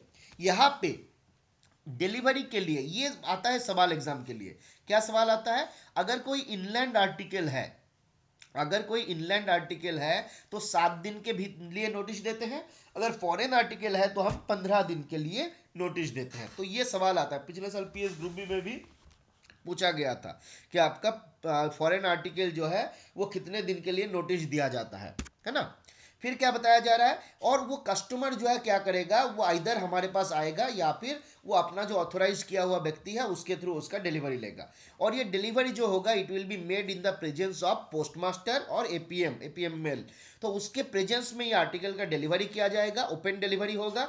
और यहाँ पे जब ओपन डिलीवरी होता है तो हम लोग एक इन्वेंट्री भी बनाते हैं, जिस इन्वेंट्री नॉर्मली डुप्लीकेट में बनता है, एक कॉपी हम क्या करते हैं, खास करके इंश्योर्ड आर्टिकल के केस में उस एक कॉपी भेज दिया जाता है सेंडर के पास और एक कॉपी हमारे पास रह जाता है। जो इंडेंट यहाँ पे जो इन्वेंट्री बनता है उसमें जो डिलीवरी है, जो एड्रेस ही है, उसका सिग्नेचर हम लोग ले लेते हैं, ठीक है। सीओडी और बीपी आर्टिकल अगर डैमेज कंडीशन में आता है तो it is advised to refuse the article. कभी कभी एग्जाम पे ये सवाल पूछता है, अब डाक कर्मयोगी पोर्टल में जो टेस्ट होता था पार्सल दीप, उसमें भी एक सवाल था, अगर बीपी या सीओडी आर्टिकल जो है वो डैमेज कंडीशन में आता है तो हमको क्या एडवाइस करना होता है, तो हम लोग एडवाइस करते हैं कि आर्टिकल जो है इसको डिलीवरी ना किया जाए, not to take the delivery of the article, it is advise to refuse the article. अब आगे आते हैं हम लोग डिलीवरी ऑफ पार्सल के बारे में, ठीक है। तो पार्सल मैक्सिमम 10 kg तक ही डिलीवरी के लिए आपका डोर टू डोर डिलीवरी के लिए भेजा जाता है। पार्सल को एक ही बार हम डिलीवरी के लिए भेजते हैं, अप टू 10 kg अगर उसका वजन रहेगा, एक बार के लिए हम डिलीवरी के लिए भेजेंगे। उसके बाद अगर वो डिलीवरी नहीं हुआ फर्स्ट केस में, फर्स्ट इंस्टेंस में, तो हम क्या करेंगे, नोटिस सर्व करेंगे और कस्टमर को रिक्वेस्ट करेंगे कि to take the window delivery from post office during the working hour of the post office. तो वो पोस्ट ऑफिस में आएगा और पोस्ट ऑफिस के काउंटर से उसका विंडो डिलीवरी लेगा। पार्सल का वजन अगर 10 kg से ज़्यादा हो जाता है तो वो जाएगा ही नहीं बिट में, it will be delivered from the post office window. 5 kg से 10 kg भीतर तक का जो आर्टिकल है, 5 kg से ज़्यादा 10 kg तक, इसके लिए एक होम डिलीवरी फी होता है। कभी कभी एग्जाम पे सवाल पूछता है ये होम डिलीवरी फी कितना होता है, तो 5 रुपये होता है होम डिलीवरी फी। अगर पार्सल 7 दिन के भीतर नोटिस सर्व करने के बाद विद इन 7 डेज अगर ये आर्टिकल कोई रिसीव नहीं करता है तो यहाँ पे रिमार्क दिया जाता है। रिमार्क क्या रहता है, रिमार्क रहता है अनक्लेम्ड, ठीक है। यहाँ तक आगे बढ़े हम लोग, चलिए अब आगे यहाँ पे कुछ बातें बताया गया है। यहाँ पे थोड़ा सा आपको लगता है कि लग सकता है कुछ रूल्स है जो ऑब्सोलेट है, पर आपका क्योंकि पीओ गाइड में दिया हुआ है और ये हमारे सिलेबस में भी है और यहाँ पे कोई अपडेट फिलहाल नहीं हुआ है, तो ये डेटा हम लोग याद कर सकते हैं। एग्जाम पॉइंट ऑफ व्यू से प्रैक्टिकली इसका कोई इम्प्लीकेशन आपके रियल लाइफ में नहीं रहेगा, ठीक है। क्या बोला जा रहा है, article insured up to 500 will be delivered in ordinary manner. अगर 500 एक्सीड हो जाता है it will be delivered from window. तो यहाँ पे याद रखना है कि 500 तक जो है वो आपका होम डिलीवरी होगा। 500 अगर एक्सीड कर जाता है insured article then window delivery ही होगा। इसके लिए हम लोग इंटीमेशन सर्व करेंगे, ठीक है। एड्रेसी और उसका जो एजेंट, एड्रेसी या उनके द्वारा ऑथोराइज किया हुआ व्यक्ति पोस्ट ऑफिस में आएगा और वो साइन करेगा। कहाँ कहाँ साइन करेगा, इन द रिसिप्ट यानी कि डिलीवरी स्लिप में, और इन एक्नॉलेजमेंट साथ में जो एडी कार्ड होता है। अच्छा चलिए पब्लिक चैट में बताइए एडी कार्ड का फॉरेन आर्टिकल के लिए फुल फॉर्म क्या होता है। In connection with foreign article AD card का फुल फॉर्म क्या होता है। बुभाना जी हाथ रेस करने से कुछ नहीं होगा, पब्लिक चैट में बताना होगा। राजेश जी पब्लिक चैट में रिस्पॉन्स कीजिए। एडी कार्ड का advice of delivery, very good, advice of delivery, very good, ठीक है। तो याद रखना है इनलैंड के लिए होता है एक्नॉलेजमेंट ड्यू, फॉरेन के लिए होता है एडवाइस ऑफ डिलीवरी। स्पीड के लिए जब जाते हैं तो इसको बोला जाता है पीओडी यानी कि प्रूफ ऑफ डिलीवरी, है ना, वेरी गुड। अच्छा बताइए, स्पीड के लिए जो एडी कार्ड होता है उसका फीस कितना होता है? एक्सक्लूडिंग जीएसटी नॉर्मल फीस 10 रुपया होता है ना, एक्सक्लूडिंग जीएसटी। एक्सक्लूडिंग जीएसटी बोलेंगे तो 10 रुपया, है ना। चलिए बढ़िया है। अब यहाँ पे क्या होता है देखिए, अब यहाँ पे वही बात बताया गया, in case of suspicion of tampering, अगर किसी जगह पे, दशा जी कुछ बताना चाहते हैं आप? दशा जी म्यूट कर लीजिए भाई। हाँ, तो क्या बोला जा रहा है, अगर कहीं पे संदेह होता है, is if there is, sound ठीक ठाक आश्चर्य ना विधान जी, बाकी लोग प्लीज कंफर्म कीजिए साउंड क्लियरली ऑडिबल है या नहीं। विधान जी बताया साउंड तो आज गड़बड़ होना नहीं चाहिए। हाँ साउंड ऑडिबल है, क्लियर, ठीक है। चलिए, तो अब क्या बोला जा रहा है कि कहीं पे अगर किसी का शक हो जाता है कि किसी आर्टिकल में टेम्परिंग हुआ है। अच्छा यहाँ पे और एक सवाल, नॉर्मली इंश्योर्ड आर्टिकल में मिनिमम नंबर ऑफ सील कितना होना चाहिए? जब कोई इंश्योर्ड आर्टिकल भेजेगा काउंटर पे, जब आप लोग काम करिएगा तो ध्यान देना है कि इंश्योर्ड आर्टिकल जब बुक करना है तो उसमें मिनिमम, वेरी गुड, 7 होता है गीतांजलि जी, याद रखना है मिनिमम, ये जयप्रकाश जी, मिनिमम 7 सील होता है, ठीक है, 7, दो साइड में 3 3, मिडिल में एक, मिनिमम 7 सील उसमें होना चाहिए, ठीक है। तो ये हम लोग याद रखेंगे। साथ में एक और चीज याद रखना है कि इंश्योर्ड आर्टिकल जब जाएगा उसके ऊपर वजन लिखा जाता है कि इंश्योर्ड फॉर रुपीज इतना, वेट कितना है इतना, ठीक है। तो ये वेट देखते हुए ही काम करना है। और साथ में एक और चीज याद रखना है, इंश्योर्ड आर्टिकल में एडी कार्ड जो होता है वो मैंडेटरी होता है, तो जब इंश्योर्ड आर्टिकल भेजा जाएगा उसके साथ एडी कार्ड भी भेजा जाएगा, ठीक है। अब क्या बोला जा रहा है कि सस्पिशन हुआ, ऐसा शक हो गया, तो हम क्या करेंगे, article should be opened in post office in presence of post master. यहाँ पे हम इंटीमेशन सर्व करेंगे और पोस्ट ऑफिस से ही उस आर्टिकल का डिलीवरी किया जाएगा। इन्वेंट्री बनेगा, डुप्लीकेट में इन्वेंट्री बनेगा, साइन किया जाएगा एड्रेसी के द्वारा, और साइन किया हुआ जो आपका इंडेंट रहेगा, इन्वेंट्री रहेगा, है ना, ये इन्वेंट्री होना चाहिए, इंडेंट नहीं, inventory will be sent to the sender. और साथ में क्या भेजा जाएगा, अनसाइंड एक्नॉलेजमेंट। अब देखिए सवाल आता है यहां से कि अगर किसी जगह पे संदेह हो जाता है तो वहां पे जो एड्रेस ही है वो आपका एक्नॉलेजमेंट्स में साइन नहीं करेगा, एक्नॉलेजमेंट भेजा जाएगा अनसाइंड, साथ में जो इन्वेंट्री है उसको भी भेजा जाएगा। तो ये याद रखना है हम लोगों को, ठीक है। चलिए 1 मिनट रुकिए, थोड़ा हम चार्जर लगा लेते हैं।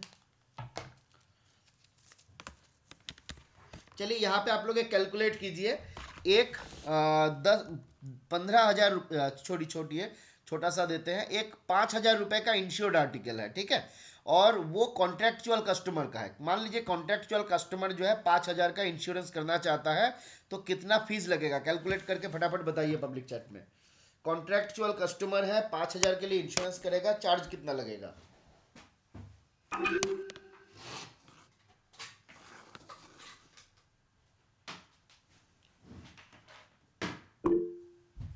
चलिए हेमंत जी ने जवाब दिया 76, बाकी लोग बताइए।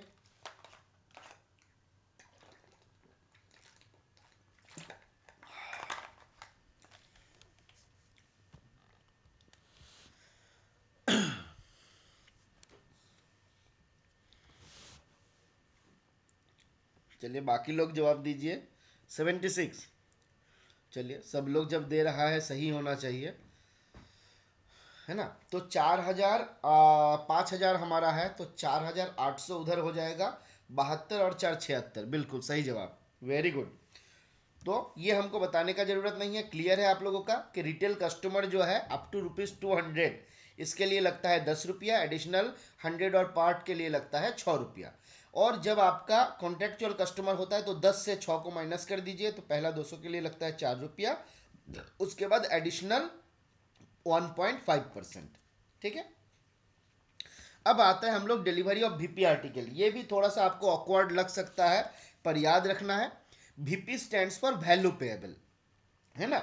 वैल्यू पेएबल आर्टिकल्स में भी बुक फॉर मैक्सिमम ₹5,000, तो वीपी आर्टिकल मैक्सिमम 5,000 के लिए बुक किया जा सकता है। यहाँ पे हमको याद रखना, चलिए एक बार बताइए 5,000 में कमीशन कितना होगा, 5,000 अगर वीपी होगा, कमीशन कितना होगा? 250 रुपये। Very good. तो याद रखना है 250 रुपये हमारा कमीशन हो जाएगा। अब बोला जा रहा है कि VP वैल्यू अगर एक्सीड करता है 100 rupees, then it should be delivered from post office window according to PO guide part 1। अगर 100 रुपये से ज़्यादा हो जाता है तो पोस्ट ऑफिस विंडो से डिलीवरी करना है। और साथ में बोला गया VP value if it exceeds ₹25 it will be delivered by village postman और GDS, है ना। अगर ये एक्सीड कर जाता है तो क्या होगा, इसका भी पोस्ट ऑफिस से डिलीवरी किया जाएगा। ये फीस ये मुझे लगता है कि अभी आपके एग्जाम पे पूछा नहीं जाएगा, क्योंकि ये सारा आपका ऑब्सोलेट है, ये सब याद रखने का कोई ज़रूरत नहीं है। यहाँ से आपका एक सवाल पूछा जा सकता है कि हाई वैल्यू मनी ऑर्डर किसको बोला जाता है, अमाउंट कितना होने पे बोला जाता है हाई वैल्यू मनी ऑर्डर। कुछ साल पहले का ही एक सवाल था, ये पूछा गया था मिनिमम कितना वैल्यू होने पे हाई वैल्यू, बिल्कुल 1000 रुपये होने पे हम बोलते हैं हाई वैल्यू मनी ऑर्डर। ठीक है। कस्टम ड्यूटी, ये भी आपका लॉजिक कुछ है नहीं, बस याद रखना है, एग्जाम पे दिया हुआ है यहाँ पे कि कस्टम ड्यूटी अगर 50 रुपये से ज़्यादा हो जाएगा तो विंडो डिलीवरी आपका नहीं होगा, है ना, मैंने सॉरी विंडो डिलीवरी ही होगा। और presidency post office first class HO के केस में ये लिमिट हो जाता है 100 रुपीज़। ठीक है, एग्जाम पॉइंट ऑफ व्यू से याद रखना है, बाकी ये हमको याद रखना नहीं है। Payment of money order, money order का जो एड्रेस ही होता है, मतलब जिसके नाम पे मनी ऑर्डर डिलीवरी किया जाए पे किया जाता है, उसको क्या बोला जाता है, कोई बताइएगा। जिसको हम मनी ऑर्डर पे करने वाले हैं, जो एड्रेस ही है, उसको हम क्या बोलते हैं मनी ऑर्डर की लैंग्वेज में। वेरी गुड, उसको हम बोलते हैं पेई, है ना। तो money order to be paid in address of the payee after obtaining the signature, है ना। तो सिग्नेचर लेने के बाद ही हम उसको डिलीवरी पेमेंट करते हैं। स्पेशल अरेंजमेंट, ये भी वही फालतू बातें सारा बताया गया, या लिमिट सारा भूल जाइए, इसको मत पढ़िए। ठीक है, आगे आ जाते हैं हम लोग ड्यूटीज ऑफ पोस्टमैन और ABPM, उसके बारे में बताया गया। क्या बोला जा रहा है, पोस्टमैन और delivery agents are forbidden to make delivery in article in which any amount is due. ये बहुत इंपॉर्टेंट बात है कि कोई भी आर्टिकल जिसमें कोई अमाउंट ड्यू है ना, जैसे पोस्टेज है, कस्टम ड्यूटी है, तो आर्टिकल में जब तक हमारा अमाउंट कलेक्ट नहीं करेंगे तब तक हम आर्टिकल को डिलीवरी नहीं करेंगे। ठीक है, एक और इंपॉर्टेंट बात बताया गया कि पोस्टमैन जो रहेगा they are forbidden to deviate from their prescribed beat. हर एक पोस्ट ऑफिस में एक आपका रूट लिस्ट बिटमैप या फिर रूट लिस्ट बिटमैप जो है वो बनाया जाता है, और जिस जगह पे बताया जाता है कि पोस्टमैन कौन सा रूट से कहाँ कहाँ जाएगा, कौन सा विलेज पहले विजिट करेगा, कौन सा बाद में विजिट करेगा, और कैसे कैसे वो आएगा, अकॉर्डिंगली उनको आर्टिकल को भी शॉर्ट करना होता है। तो याद रखना होता है कि ये कभी इस बीट जो है इससे डेविएट नहीं कर सकता है। इंपॉर्टेंट एक बात बताया गया, they are not bound to give the change, है ना, वो आपका चेंज देने के लिए बाउंड नहीं है। कस्टमर का ये रिस्पॉन्सिबिलिटी है कि उसको चेंज पैसा दिया जाए। If addressee denies to pay the due on any article it will be remarked as refused. मान लीजिए कोई आर्टिकल में कुछ पैसा आपका ड्यू है, वो अगर कस्टमर देना नहीं चाहता, जो हमारा एड्रेस है वो देना नहीं चाहता है, तो हम सीधा रिमार्क दे देंगे रिफ्यूज्ड। ठीक है, if any person takes the delivery, अगर कोई व्यक्ति जो है डिलीवरी लेता है वो बाउंड हो जाएगा पैसा पे करने के लिए, उनको देना ही देना है। कभी अगर किसी कस्टमर को लगता है कि ओवर चार्ज हुआ है, मतलब किसी आर्टिकल के लिए ज़्यादा पैसा लिया गया है, तो कस्टमर क्या कर सकता है, उस आर्टिकल के लिए कंप्लेन कर सकता है। कहाँ पे, to the post master of the delivery post office, जहाँ से आर्टिकल डिलीवरी किया गया है। अब यहाँ पे एक बात आता है, टैक्सिंग। टैक्सिंग क्या होता है, ठीक है। तो टैक्सिंग क्या होता है, देखिए टैक्सिंग ये कहाँ से आया, जब हम लोग फिलाटेली, राजेश जी बताए कि साउंड क्लियर नहीं है, बाकी लोग प्लीज कंफर्म कीजिए साउंड क्लियर है कि नहीं। चलिए साउंड क्लियर है तो राजेश जी आप थोड़ा सा ये कर लीजिए, मुझे लगता है आपके एंड में कुछ इशू रहेगा। ठीक है, अब देखिए एक आप लोगों से एक सवाल पूछा जाता है कभी कभी, ये फिलाटेली है ना, फिलाटेली शब्द सभी ने सुना होगा। तो ये फिलाटेली शब्द का पहला प्रयोग किसने किया था, कोई बताइएगा। फिलाटेली शब्द जो है पहली बार किसने, वो कौन कॉइन द टर्म फिलाटेली।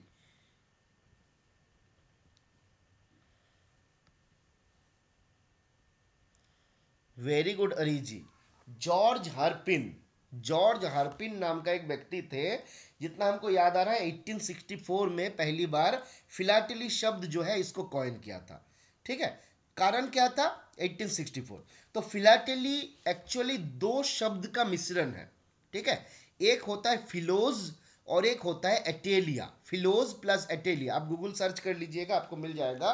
फिलोज का मतलब होता है लब, एटेलिया का मतलब होता है विच इज टैक्स फ्री। लब for which is tax free, इसको हम बोलते हैं फिलाटेली। टैक्स किस लिए बोला जाता है?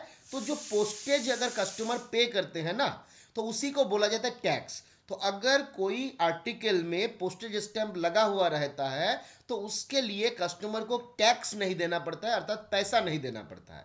तो यहां से ये टैक्स का कंसेप्ट आया। तो जो आर्टिकल में जितना पोस्टेज होना चाहिए उससे कम पोस्टेज है, अनपेड है कंप्लीटली, या फिर इनसफिशिएंटली पेड आर्टिकल है, तो वहां पे हम क्या करते हैं? टैक्सिंग करते हैं, अर्थात कितना हमको एक्स्ट्रा पैसा कस्टमर से लेना होता है ये डिसाइड करते हैं। तो इस प्रक्रिया को बोला जाता है टैक्सिंग। नॉर्मल कंडीशन क्या रखा गया कि कोई भी पर्सनल आर्टिकल है ना, कोई भी पर्सनल आर्टिकल अगर होगा, राम बाबू श्याम बाबू को भेज रहे हैं, है ना, तो ये सारा केस में क्या होगा?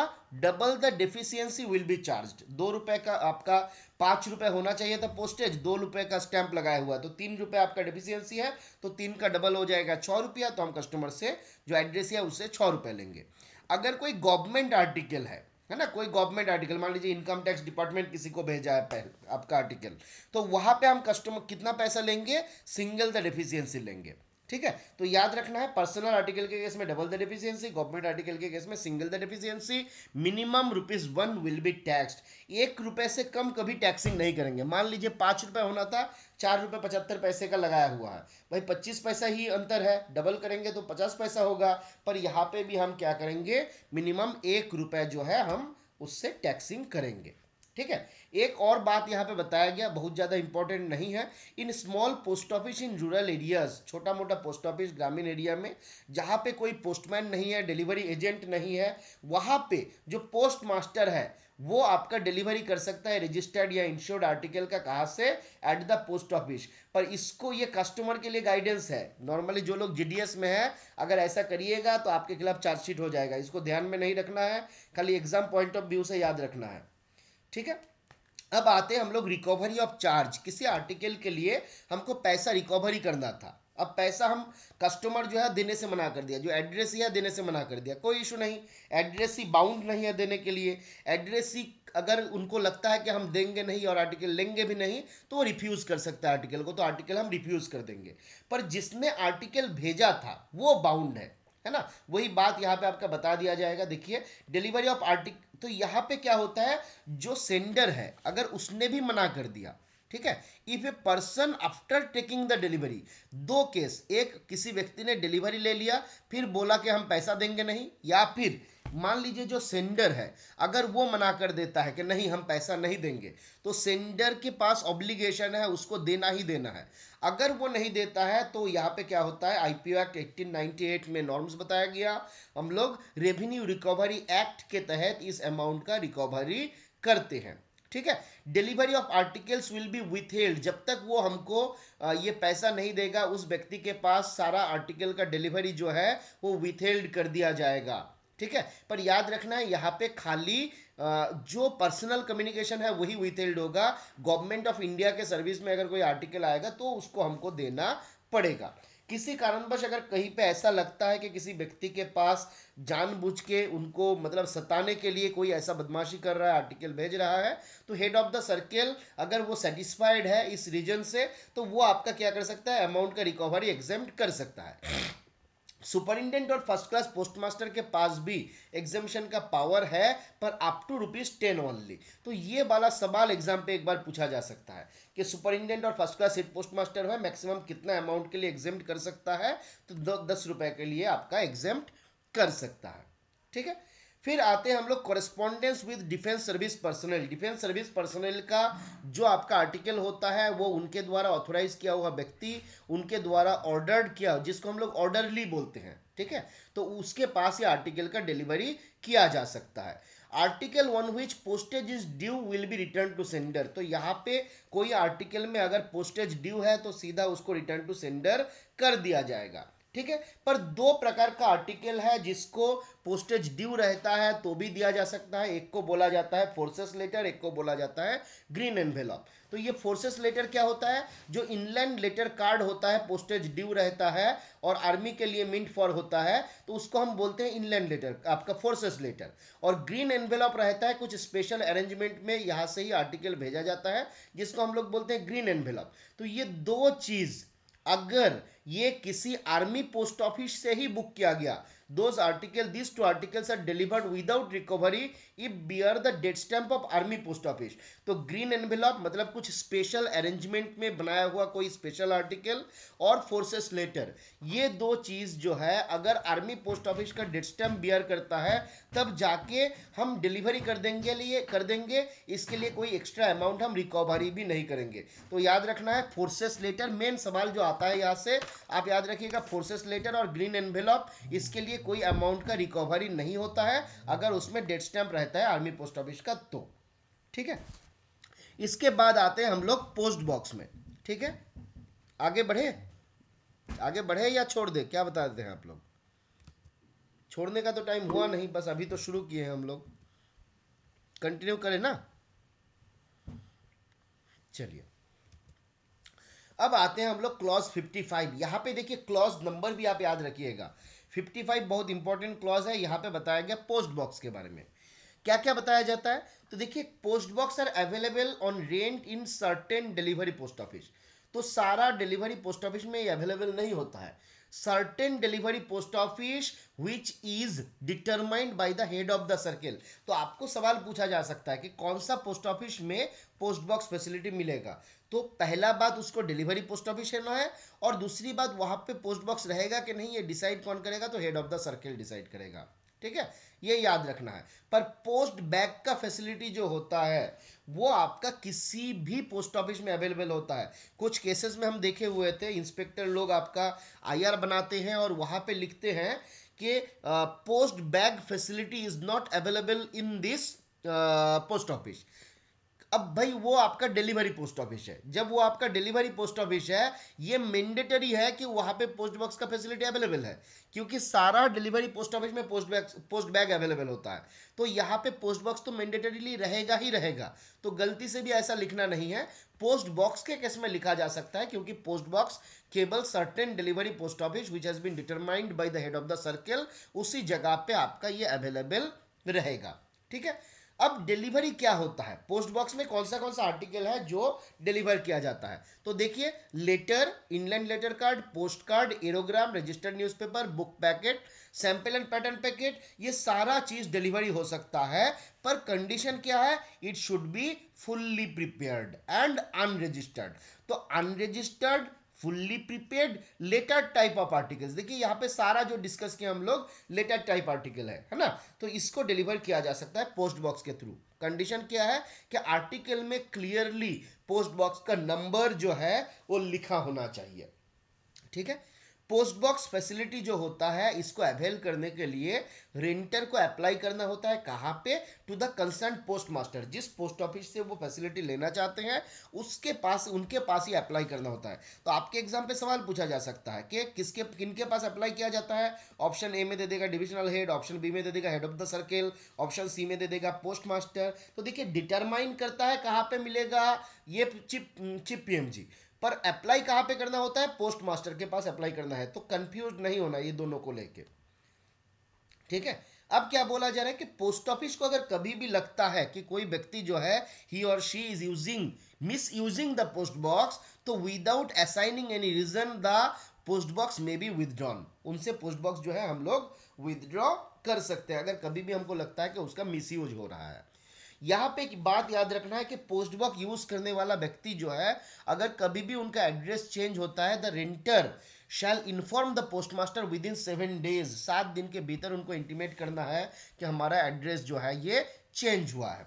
Demand for particular number of post box, कोई भी व्यक्ति जब पोस्ट बैग लेना चाहता है, पोस्ट बॉक्स को लेना चाहता है, तो वो पर्टिकुलर पोस्ट बॉक्स नंबर के लिए कि सर मेरा लकी नंबर जो है 7 है, हमको 7 नंबर पोस्ट बॉक्स दीजिए, वो सब नहीं चलेगा। है ना। पोस्ट ऑफिस में जो अवेलेबल रहेगा अकॉर्डिंगली दिया जाएगा। कोई यहाँ पे हम पार्टिकुलर पोस्ट बॉक्स का प्रेफरेंस, कौन सा रो में चाहिए, कौन सा पोजीशन में चाहिए, ये सब लेके आपका रिक्वेस्ट को हम एंटरटेन नहीं कर पाएंगे। ठीक है। Prescribed rent to be paid with an application for post box और इट्स रिन्यूअल। जब जब भी आप चाहिएगा उसका रिन्यूअल करना, जब भी आप चाहिएगा कि पोस्ट बॉक्स को रिन्यू करना है, उसके लिए जब एप्लीकेशन देना है तो एप्लीकेशन के साथ उसका फीस भी देना रहता है। तो ये हमको याद रखना होगा।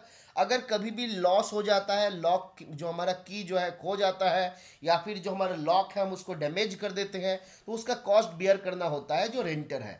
यहाँ पे आप एग्जाम्पल एक देख सकते हैं, एक फोटो देख सकते हैं। ये होता है पोस्ट बॉक्स का इनसाइड व्यू और ये होता है आउटसाइड व्यू। तो कस्टमर के पास यहाँ पे अगर थोड़ा सा बड़ा करेंगे तो देखिए ये आपका की घुसाने के लिए जो छेद रहता है वो यहाँ पे की होल है। तो यहाँ पे और ये जो नंबर लिखा हुआ है 33, 34, 35, 36, ये सारा है पोस्ट बॉक्स का नंबर। तो कस्टमर चाबी लाएगा, यहाँ पे आपका उस चाबी के द्वारा इस पोस्ट बॉक्स को खोलेगा, अंदर आर्टिकल रहेगा उसको निकाल लेगा। ठीक है। अब आते हैं हम लोग, अगर किसी का लॉक एंड की must be surrender by the रेंटर with in 15 days of expiry of the rent period. तो आप जब रेंट के लिए लेते हैं ना, तो रेंट आपका कमेंस करता है from the first day of month of allotment. मान लीजिए आज आपका हुआ है 6 तारीख या 7 तारीख, आज के दिन आप चाहते हैं पोस्ट बॉक्स लेना, तो आपका चालू हो जाएगा कहाँ से, फरवरी के 1 तारीख से। ठीक है। तो अकॉर्डिंगली यहाँ से आपका क्या होगा, कमेंस हो जाएगा। और यहाँ से हम लोगों का पोस्ट बॉक्स का जब तक मान लीजिए आपका लाइसेंस चलेगा, तो लाइसेंस जब खत्म हो जाएगा उसके बाद विद इन 15 डेज आपको क्या करना रहेगा, आपको पे कर देना, मतलब ये कर देना होगा, उसको रिटर्न कर देना होगा। कितने दिन के भीतर, 15 दिन के भीतर। अगर ये नहीं करते हैं तो आपका कोई भी अमाउंट अगर डिपॉजिट में है पोस्ट ऑफिस के पास, तो अमाउंट जो है फॉरफिट कर दिया जाएगा। और साथ में कुछ और भी रहता है कि बाद में आपको लाइसेंस वगैरह मिलने में भी दिक्कत रहता है। Application for renewal shall reach the post office before expiry of rent. Renewal का जो आवेदन है वो आपका एक्सपायरी होने से पहले ही पहुंच जाना चाहिए। पर किसी कारणवश अगर ऐसा होता है कि रिन्यूअल का आवेदन जो है, लाइसेंस एक्सपायरी हो गया है पर उसके बाद विद इन 15 डेज आवेदन किया है, तो वहां पे अगर मेरे पास जो उनका प्रीवियस वाला नंबर था वो अवेलेबल है, मतलब हम उसको दूसरे किसी को नहीं दे दिए, तो हम उस लाइसेंस को उनको दोबारा उस पोस्ट बॉक्स नंबर को अलॉट कर सकते हैं। अगर हम किसी दूसरे को दे दिए हैं तो दोबारा हम उसको नहीं दे पाएंगे। ठीक है। कस्टमर को एक डिलीवरी टिकट दिया जाता है। तो डिलीवरी टिकट बेसिकली क्या होता है, एक आइडेंटिटी कार्ड आप बोल सकते हैं फॉर द रेंटर और हिज और हर मैसेंजर। जो हमसे आपका पोस्ट बॉक्स का लाइसेंस लिया हुआ है उनका आइडेंटिटी कार्ड होता है ये डिलीवरी टिकट, और ये उनको बियर करना होता है। और पोस्ट ऑफिस कभी भी इसका डिमांड कर सकता है कि आप हमको दिखाइए डिलीवरी टिकट, है ना। Delivery ticket bears the number of post box, इसमें पोस्ट बॉक्स का नंबर लिखा हुआ रहता है, और इज नॉन ट्रांसफरेबल, ये ट्रांसफर नहीं हो सकता है। Renter may clear the post box any time during the business hour of post office. Post office का जो बिजनेस आवर है उस दौरान कभी भी पोस्ट बॉक्स का क्लियरेंस किया जा सकता है। अब एक सवाल पूछा जाता है, ये वाला देखिए बहुत इंपॉर्टेंट है, कि post master may prohibit the clearance for post box for maximum half an hour before each delivery for sorting of mails. Mail का शॉर्टिंग रिलेटेड काम के लिए पोस्ट मास्टर जो है मैक्सिमम हाफ एन आवर के लिए हर दिन पोस्ट बॉक्स का जो क्लियरेंस है उसको सस्पेंड रख सकते हैं। ठीक है।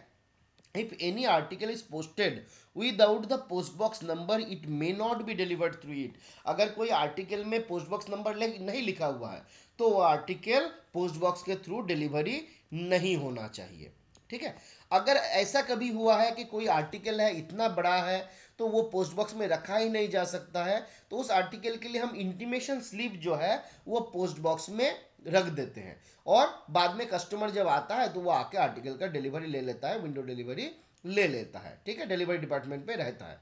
Renter or messenger has to present the intimation slip, ये तो ऑलरेडी हम लोग देखे। If renter or messenger loses the key or is unable to clear the post box, the article will be handed over to him or his messenger at counter during the window delivery hour. अगर customer का क्या हुआ, आपका की खो गया और वो आके डिलीवरी नहीं ले पा रहा है, तो वहां पे वो विंडो डिलीवरी आके हमसे ले सकता है, पर उनको बाद में पैसा पे करना रहता है, किसके लिए, की के लिए। If the renter fails to clear the post box for a week, अगर एक हफ्ता भर वो क्लियर नहीं किया तो पोस्ट मास्टर क्या करता है, एक नोटिस भेजता है, किस थ्रू, रजिस्टर्ड पोस्ट के थ्रू। ठीक है, अगर ये क्लियर दोबारा नहीं किया, मान लीजिए वो नोटिस सर्व किया गया बाय द पोस्टमैन, तो पोस्टमास्टर क्या करता है, पोस्टमैन के थ्रू जो आर्टिकल है वो आर्टिकल को पोस्टमैन के थ्रू डिलीवर कर देता है। पर फ्रीक्वेंटली अगर ऐसा किया जाता है तो it will be treated as misuse of post box. और पोस्ट बॉक्स जब मिस यूज होता है तो हम क्या कर सकते हैं, पोस्ट बॉक्स का जो लाइसेंस है उसको हम लोग विदड्रॉ कर सकते हैं। ठीक है, कोई रेंटर अगर ह्यूज नंबर ऑफ लेटर उनके पास आता है, बहुत सारा आर्टिकल आता है, तो वो क्या कर सकता है, वो आपका एडिशनल पोस्ट बॉक्स ले सकता है with same number with additional fees. तो मान लीजिए किसी के पास बहुत आर्टिकल आता है, उनको चाहिए कि हमको एक पोस्ट बॉक्स में नहीं होगा, दो पोस्ट बॉक्स चाहिए, तो हमको दोबारा वो फी दे देगा जो हमारा सेम अमाउंट है, तो उसके नाम पे सेम नंबर पे हम दूसरा पोस्ट बॉक्स भी अलॉट करते हैं। ये एग्जाम पॉइंट ऑफ व्यू से एक इंपॉर्टेंट सवाल हो सकता है। अब आते हैं हम लोग पोस्ट बैग में। यहां तक किसी का कुछ डाउट है तो बताइए पब्लिक चैट में। चलिए तो आगे बढ़े हम लोग। अब आते हैं हम लोग पोस्ट बैग में। पोस्ट बैग में क्या बोला जा रहा है कि delivery of postal articles in bag, यहाँ पे हम बैग के थ्रू डिलीवरी करते हैं। The bag is provided by the रेंटर, जो बैग है ये रेंटर प्रोवाइड करता है, साथ में उसका जो की होता है या लॉक होता है ये भी रेंटर जो है वही आपका प्रोवाइड करता है। Available in all delivery post office, जो हम आपको बता रहे थे कि सारा डिलीवरी पोस्ट ऑफिस में ये अवेलेबल है। सारा जो हमारा पोस्ट बैग का कस्टमर रहेगा उन सबको डिलीवरी टिकट दिया जाएगा, है ना, जो आपका ट्रांसफर वगैरह नहीं हो सकता है, तो ये याद रखना है हम लोगों को।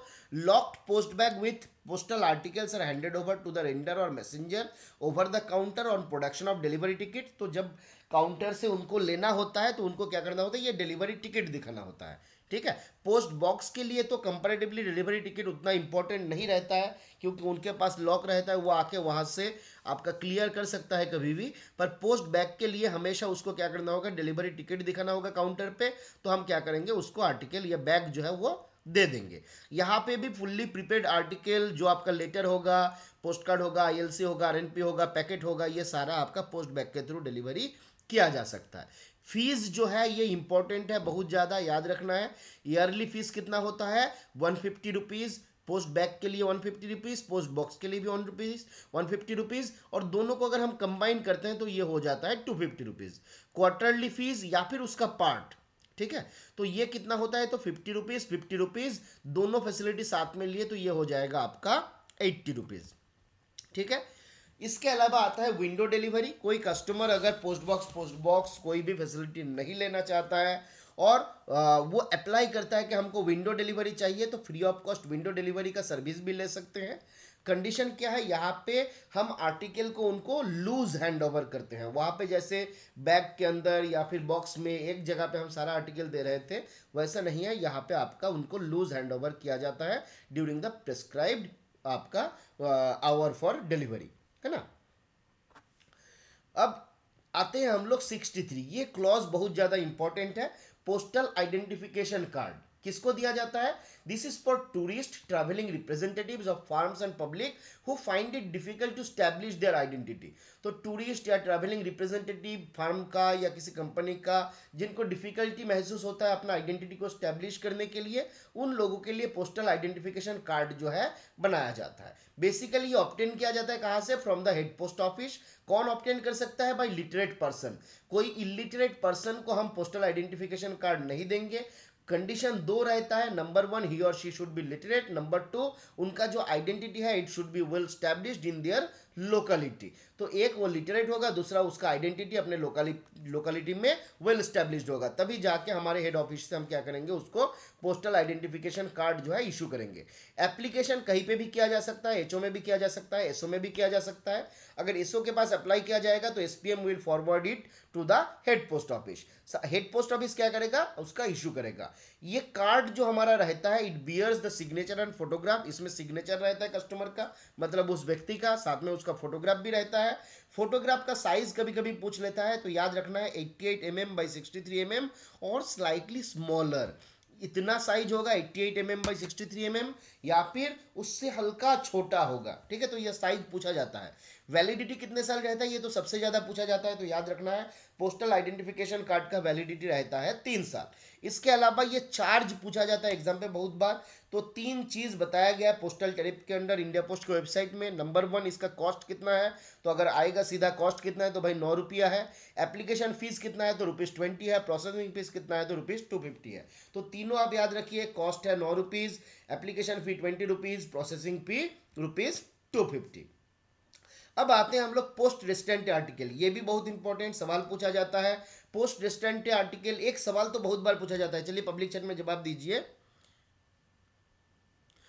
चलिए, अगर किसी को चाहिए पीपीटी चाहिए, नोट्स चाहिए, आप क्लास में ज्वाइन करना चाहते हैं, तो आप पब्लिक चैट में यहाँ पे छोड़ दीजिए, व्हाट्सएप में आप मैसेज करिएगा, ठीक है। 8967041661 ये नंबर है व्हाट्सएप वाला, इस नंबर पे आप मैसेज करिएगा। अगर किसी को हम लोगों के क्लास में ज्वाइन करना है रेगुलर बेसिस पे, आप आईपी एग्ज़ाम के लिए या फिर पीएसए या फिर एमटीएस पोस्टमैन के एग्ज़ाम के लिए पढ़ना चाहते हैं, तो आप लोग व्हाट्सएप में मैसेज करिएगा, हम डिटेल्स आपको प्रोवाइड कर देंगे, ठीक है, कोई दिक्कत नहीं है। और अगर किसी को मटेरियल चाहिए, जो भी चाहिए आप शेयर करिएगा आपका कंसर्न, तो हम आप लोगों को उसमें जो भी रहेगा हम बताने का प्रयास करेंगे, ठीक है। चलिए, अब यहाँ पे क्या बताया गया कि पोस्ट रेस्टेंट आर्टिकल क्या होता है, तो basically care of post master होता है। मान लीजिए आप किसी जगह पे किसी जगह घूमने के लिए गए हैं, और मान लीजिए आप शिमला घूमने के लिए गए। अब शिमला में आप 2-4 दिन, 5 दिन, 10 दिन के लिए रहिएगा, है ना, तो आपको कुछ आर्टिकल वहाँ पे भेजना है। तो आप क्या किए, पहले से ही वहाँ पे कुछ आर्टिकल भेज दिए और उसको पोस्ट रेस्टेंटे बना के भेजिए कि केयर ऑफ पोस्ट मास्टर रहेगा, और जब हम जाएंगे तो आर्टिकल उनसे ले लेंगे। तो ये केयर ऑफ पोस्ट मास्टर का फैसिलिटी मैक्सिमम 3 महीने के लिए कोई व्यक्ति यूज कर सकता है। और साथ में क्या कर सकते हैं, इसमें 2 प्रकार का केसेस दिया गया। नंबर 1 वीपी आर्टिकल और other than VP article. Other than VP article maximum 1 महीने तक के लिए पोस्ट ऑफिस में रख लिया जाएगा। वीपी आर्टिकल अगर होगा तो मैक्सिमम 7 दिन के लिए पोस्ट ऑफिस में रखा जाएगा। तो एग्जाम पे सवाल ये बहुत बार पूछता है कि वीपी आर्टिकल कितने दिन के लिए रखा जाता है। VP article marked as poste restante, it is kept in deposit for 7 days। Other than VP article then it is kept in deposit for maximum 1 month, ठीक है। अब यहाँ पे एक सवाल और पूछा जाता है कि poste restante article are kept in the custody of whom, किसके कस्टडी में रखा जाता है। ऑप्शन में रहेगा, option A post master, option B delivery PA, option B deposit PA, option C none of this. तो याद रखना है, यह आर्टिकल जो होता है, यह आपका डिपॉजिट पीए जो रहता है उसके पास रखा जाता है, पोस्ट मास्टर नहीं है, ठीक है गीतांजलि जी। नॉर्मली हम लोगों का कंसेप्ट रहता है पोस्ट रेस्टेंट है, क्योंकि आपका ये होता है आपका पोस्ट मास्टर की केयर ऑफ पोस्ट मास्टर, तो उनके कस्टडी में ही रहेगा। पर याद रखना है उनके कस्टडी में नहीं रहता है, डिपॉजिट पीए के कस्टडी में रहता है। हम ये ऐड कर देंगे बाद में नोट्स में, ठीक है। आगे आता है हम लोग redirection of parcel. Redirection of parcel ये बहुत इंपॉर्टेंट है, याद रखना है। पार्सल रिडायरेक्शन जब होता है ना, तो उसके लिए एक्स्ट्रा पैसा लेते हैं हम कस्टमर से। कितना लेते हैं, तो फी होता है half the postage, excluding the registration charge, excluding the AD charge, excluding the insurance fees, ठीक है। तो हाफ द पोस्टेज जो है हम लोग रिकवरी करते हैं।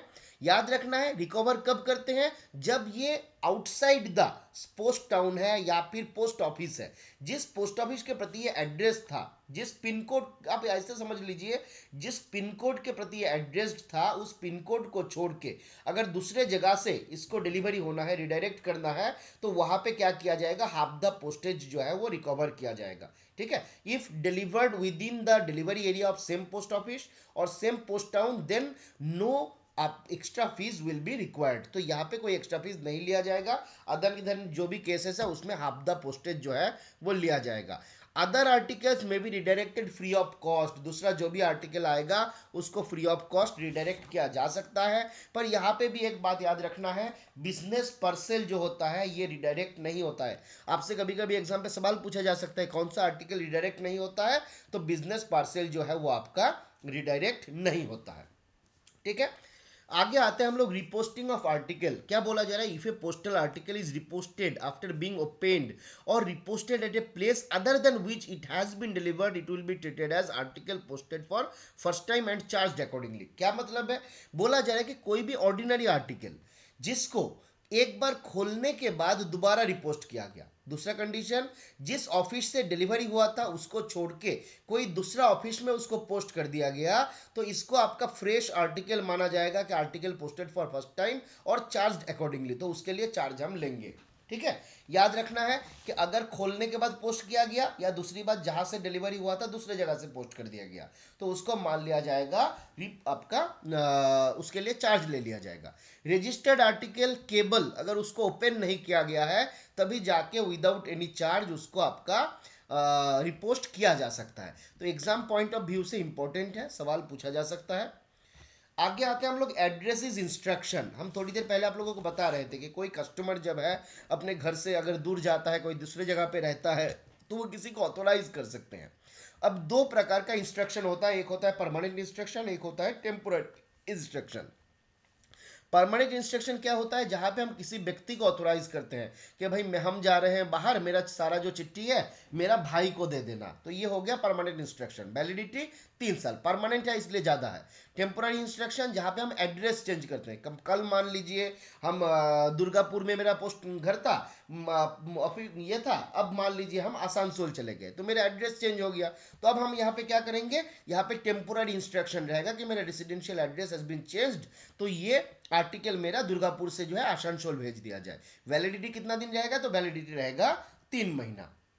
ठीक है, अब आते हैं हम लोग अनडिलीवरेबल आर्टिकल। अच्छा चलिए यहाँ तक रख रहे या और आगे बढ़े, पहले आप लोग एक बार बताइए पब्लिक चैट में, यहाँ तक रहने दे या कंटिन्यू करें, आगे बढ़े। कहाँ तक हुआ है देखते हैं एक बार। 76 और भी 20 पेज है। पब्लिक चैट में फटाफट जवाब दीजिए। कंटिन्यू, अरे बाप रे बहुत जोश है भाई मल्लिकार्जुन जी। और बाकी लोग बताइए, इशिता जी नो, बाकी लोग, Geetanjali no, Ramakrishna continue, Sumanto no, Shailesh ji no. चलिए, अगर हम लोग ऑडियंस पोल में जाएंगे तो नो करना चाहिए। चलिए 2-4 स्लाइड और कर देते हैं, कुछ लोग आपका कंटिन्यू करने के लिए भी बोल रहे हैं, तो उनका बात भी हमको सुनना चाहिए, तो थोड़ा सा कंटिन्यू करते हैं हम लोग। 76 हुआ है, चलिए थोड़ा सा हम देख लेते हैं, ठीक है, थोड़ा सा और देख लेते हैं फिर जाके हम लोग छोड़ देंगे। चलिए, अब आते हैं हम लोग अनडिलीवरेबल आर्टिकल। तो कोई आर्टिकल अगर अनडिलीवर्ड होता है तो क्या क्या हो सकता है, बोला जा रहा है if the address is illegible, अगर एड्रेस जो है वो लेजिबल नहीं है और इनकम्प्लीट है और जो रैपर है वो खो गया या फिर डिटैच्ड हो गया, then it will be send to the RLO. इसको क्या कर दिया जाएगा, आरएलओ के पास भेज दिया जाएगा। आरएलओ क्या होता है, return letter office. Return letter office क्या होता है, किसी भी पोस्टल सर्किल, सर्किल का जो हेडक्वार्टर होता है वहां पे एक ऑफिस रहता है which deals with undelivered article, है ना, जो किसी के पास भी डिलीवर्ड नहीं हुआ या फिर मान लीजिए एड्रेस वगैरह कुछ अवेलेबल नहीं है, वो सारा चला जाता है आरएलओ के पास। जैसे जीपीओ ऑफिस के पास वेस्ट बंगाल में आरएलओ का ऑफिस है, जितना हम जानते हैं। If the addressee is not known, अगर एड्रेसी जो है उसको पोस्टमैन नहीं पहचानता है या फिर he has left the station without intimation, वो स्टेशन छोड़ के चला गया, दूसरे कहीं पे जगह पे चला गया, पर पोस्ट ऑफिस में विद इन 7 डेज उसको इंटीमेशन देना होता है पर वो नहीं दिया, तो हम क्या करेंगे, इस केस में आर्टिकल को हम मैक्सिमम 7 दिन के लिए डिपॉजिट रखेंगे। उसके बाद either it will be send to the return to the sender, और अगर सेंडर भी अवेलेबल नहीं है then it will be return to the RLO. तो ये याद रखना है, if address is not known और लेफ्ट स्टेशन। हाँ भाई बोलिए। अच्छा, स्क्रीन शेयर नहीं किया है, थैंक यू भाई।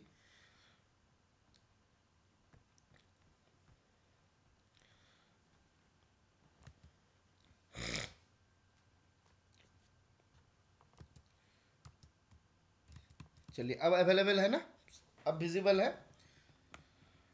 चलिए अब क्या बोला जा रहा है, इफ द, ये तो हम देख लिए, अगर हमारा जो एड्रेस ही है वो आपका छोड़ के चला गया है ना, कहीं पे मान लीजिए उनको बीवी से झगड़ा हो गया और हिमालय चला गया, तो भाई हमको बता के तो गया नहीं, है ना, तो हम क्या करेंगे 7 दिन के लिए उसको रखेंगे पोस्ट ऑफिस में, बाद में उसको आरटीएस कर देंगे या आरएलओ में भेज देंगे। टेलीग्राम जब हुआ करता था तो उसको मैक्सिमम 3 दिन के लिए डिपॉजिट में रखा जाता था। अनडिलीवर्ड कोई भी पैकेट अगर रहेगा, रजिस्टर्ड न्यूज़पेपर रहेगा, उसको भी हम 7 दिन के लिए डिपॉजिट में रखते हैं। पर अगर कोई एड्रेसी वो रिफ्यूज कर देता है या फिर वो मना कर देता है। रिफ्यूज का मतलब क्या हुआ, he has omitted to take the delivery, वो डिलीवरी लेने से मना कर दिया। दूसरी बात, हमको पता है, मतलब पोस्टमैन ये जानता है कि वो इंडिया छोड़ के बाहर चला गया, ठीक है। तीसरा कंडीशन, उनका डेथ हो गया। तो ये सारा कंडीशन में हम लोग क्या करते हैं, हम लोग इमीडिएटली इसको रिटर्न टू सेंडर कर देते हैं। अगर अगर ये रिटर्न टू सेंडर करने के बाद देखे सेंडर अवेलेबल नहीं है, तो ये क्या हो जाएगा, आरएलओ के पास चला जाएगा, ठीक है। अब आते हैं हम लोग अगला पेज में। अगला पेज में क्या बताया गया, ऑब्लिगेशन ऑफ सेंडर टू पे। तो हम लोग देखे थे, जो हमारा एड्रेस ही है, ही और she is not bound to pay, पर जो सेंडर है ऑब्लिगेशन है उनका कि भाई उनको पैसा देना ही पड़ेगा। अदरवाइज हम लोग पहले ही क्लॉज 52 में रिमेडी देखे हुए हैं, जैसे आपका रेवेन्यू रिकवरी एक्ट के माध्यम से कैसे हम लोग उनसे डिलीवरी एक्चुअली पैसा हम लोग रिकवर करते हैं, क्या करते हैं, तो वो सारा चीज़ यहाँ पे किया जाता है, ठीक है। आगे आते हैं इंक्वायरी एंड कंप्लेन। यहाँ से सवाल आता है, इसको थोड़ा सा ध्यान दीजिएगा, जिन लोगों को नींद आ रहा है तो वो लोग थोड़ा सा यहाँ पे ध्यान दीजिएगा। क्या बोला जा रहा है, every post office shall maintain a complain and suggestion book. हर एक पोस्ट ऑफिस को एक complain and suggestion book maintain करना होता है इन फॉर्म MS-94। उसको MS-94 में कंप्लेन एंड सजेशन बुक का फॉर्म जो है ये मेंटेन करना होता है। और ये हमेशा याद रखिएगा, जब आप किसी भी पोस्ट ऑफिस में आपका पोस्टिंग है, आपके काम पे भी आएगा, इसको हमेशा ऐसा जगह पे रखिए कि पब्लिक को डिस्प्ले किया जाए, नंबर वन। दूसरा कंडीशन, मान लीजिए आपको लगता है कि भाई पब्लिक को दिखाएंगे तो पब्लिक हमेशा कंप्लेन करते रहेगा, तो अनऑफिशियली आप ये भी कर सकते हैं, उसको कोई दूसरे जगह पे रखिए, पर ऐसा जगह पे रखिए कि आपको मांगने से आप विद इन 1 मिनट हो, 30 सेकेंड्स हो, उसके आप तुरंत उसको निकाल के दे सके। क्योंकि आपके ऑफिस अगर कभी भी DPS PMG PMG या किसी भी बड़े ऑफिसर के द्वारा विजिट होगा, इंस्पेक्शन होगा, 100% श्योर रहिए वो आपसे कंप्लेन एंड सजेशन बुक मांगेगा, ठीक है। तो ये जरूर मांगेगा, जिसलिए मेंटेन करना मैंडेटरी होता है। और आप नॉर्मली क्या करिए, इसमें कंप्लेन एंड सजेशन बुक, देखिए दोनों चीज़ है, सुझाव, शिकायत और सुझाव पुस्तिका, हम हिंदी में बोलते हैं इसको शिकायत और सुझाव पुस्तिका, कंप्लेन एंड सजेशन बुक। तो खाली यहाँ पे शिकायत करने के लिए नहीं है, यहाँ पे सुझाव भी दिया जा सकता है। तो आप अपने जो परिचित आदमी है, जो आपको पसंद करते हैं, ऐसा किसी से ही दो चार को सजेशन उसमें लिखवा दीजिए, है ना। तो भी एटलीस्ट क्या होगा, एंट्री हम नहीं, अदरवाइज हम लोग जब इंस्पेक्शन में जाते हैं तो उसमें क्या रिमार्क लिखा जाता है कि no entry since DLI, no entry since DLI, और ऐसे सालों साल चलते आता है, ये मज़ा नहीं आता है। जिस कारण से आप लोग एटलीस्ट एक दो एंट्री करिएगा, ताकि वो देख सके और लिख सके कि भाई चलो कि फाउंड 1 एंट्री सिंस DLI, ठीक है। ये कंप्लेंट जब भी किसी पोस्ट ऑफिस में होगा, कंप्लेंट जब भी किसी पोस्ट ऑफिस में होगा, सारा complaint should be address to the superintendent of post office और first class head post master. तो ये याद रखना है, आपके पास ये मेंटेन होगा। पहला काम क्या रहता है कि भाई आप देखो कि आपके एंड में इसका सोल्यूशन आ रहा है कि नहीं। अगर हो जाता है तो ठीक है, otherwise it should be address to the superintendent of post office, ताकि भाई क्या कर सकता है, वो इसका सोल्यूशन या रिजोल्यूशन दे सके। कंप्लेन किसी भी पोस्ट ऑफिस में किया जा सकता है ना। कंप्लेन किसी भी पोस्ट ऑफिस में किया जा सकता है, ऑनलाइन भी किया जा सकता है। पर कोई VP आर्टिकल रिलेटेड कंप्लेन अगर होगा, ये याद रखिएगा, complain related to VP article shall be made in the office of posting. ये बहुत इंपॉर्टेंट है कि complain related to VP article shall be made in the office of posting, बहुत इंपॉर्टेंट है। प्रिस्क्राइब फी, ये तो और इंपॉर्टेंट है, आपसे एग्जाम पे बहुत बार सवाल पूछा जाता है कि VP इंक्वायरी फी कितना होता है, नंबर 1। दूसरा सवाल याद रखिएगा, बिजनेस रिप्लाई परमिट, इसका हैंडलिंग चार्ज कितना होता है, दोनों सवाल पूछा जाता है, दोनों का आंसर है ₹1, ठीक है।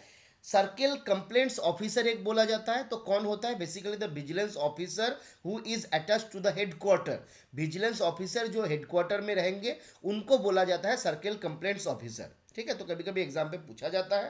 कंप्लेन का पीरियड क्या होता है लॉन्च करने का, इस पेज से एक सवाल आपको आएगा, याद कर लीजिए, इस पेज से एक सवाल कभी भी पूछा जा सकता है, ठीक है। तो VP के लिए 12 महीना from date of booking, money order के लिए 12 महीना फ्रॉम डेट ऑफ इशू, है ना, दोनों 12 महीना हो गया। BP MO याद कर लीजिए आप, VP MO, BP और MO दोनों 12 महीना। फिर money order issued by field post office. Field post office क्या होता है? Army post office. Army post office से जो मनी ऑर्डर इशू किया जाता है वो आपका 2 साल वैलिडिटी रहता है। कोई रजिस्टर्ड आर्टिकल या इंश्योर्ड आर्टिकल अगर खो जाता है, डैमेज हो जाता है, तो उसका कंप्लेन कितने दिन में करना होता है? तो with in 3 months from posting. ये ज़्यादा इंपॉर्टेंट है, इसको ध्यान में रखिएगा कि loss or damage of registered or insured article 3 months from posting. Other complaint related to inland post, दूसरा कोई इनलैंड रिलेटेड पोस्ट होगा तो कंप्लेन होगा within 6 month from the date of incident. IPO अगर खो जाता है तो उस केस में कितने दिन में कंप्लेन होगा? तो 12 months from the last date of month of issue. इसको थोड़ा सा ध्यान दीजिए। 12 मंथ कहाँ से? From the last date of month of issue. आज 6 फरवरी को इशू किया गया तो 6 फरवरी का लास्ट डे में हम चले जाएंगे, है ना। 28 फरवरी हो जाएगा, वहां से 12 महीना। तो ये हमको याद रखना है, ठीक है। टेलीग्राफ चार्ज ये तो अभी कंसेप्ट है ही नहीं, तो भाई कोई दिमाग लगाने का जरूरत नहीं है, 2 महीना उसमें हुआ करता था। चलिए यहाँ तक आज हम लोग ख़त्म करते हैं, ठीक है। और एक क्लास हम लोगों का लगेगा, एक क्लास कंप्लीट भी नहीं लगेगा, बाद में। चलिए छोटा सा ही पोर्शन बचा हुआ है, कल नहीं तो हम लोग एक क्लास कर लेंगे और इसके ऊपर, ठीक है। तो कल इसको हम लोग कंप्लीट कर देंगे। इसके भीतर अगर किसी का कुछ डाउट है, किसी को कुछ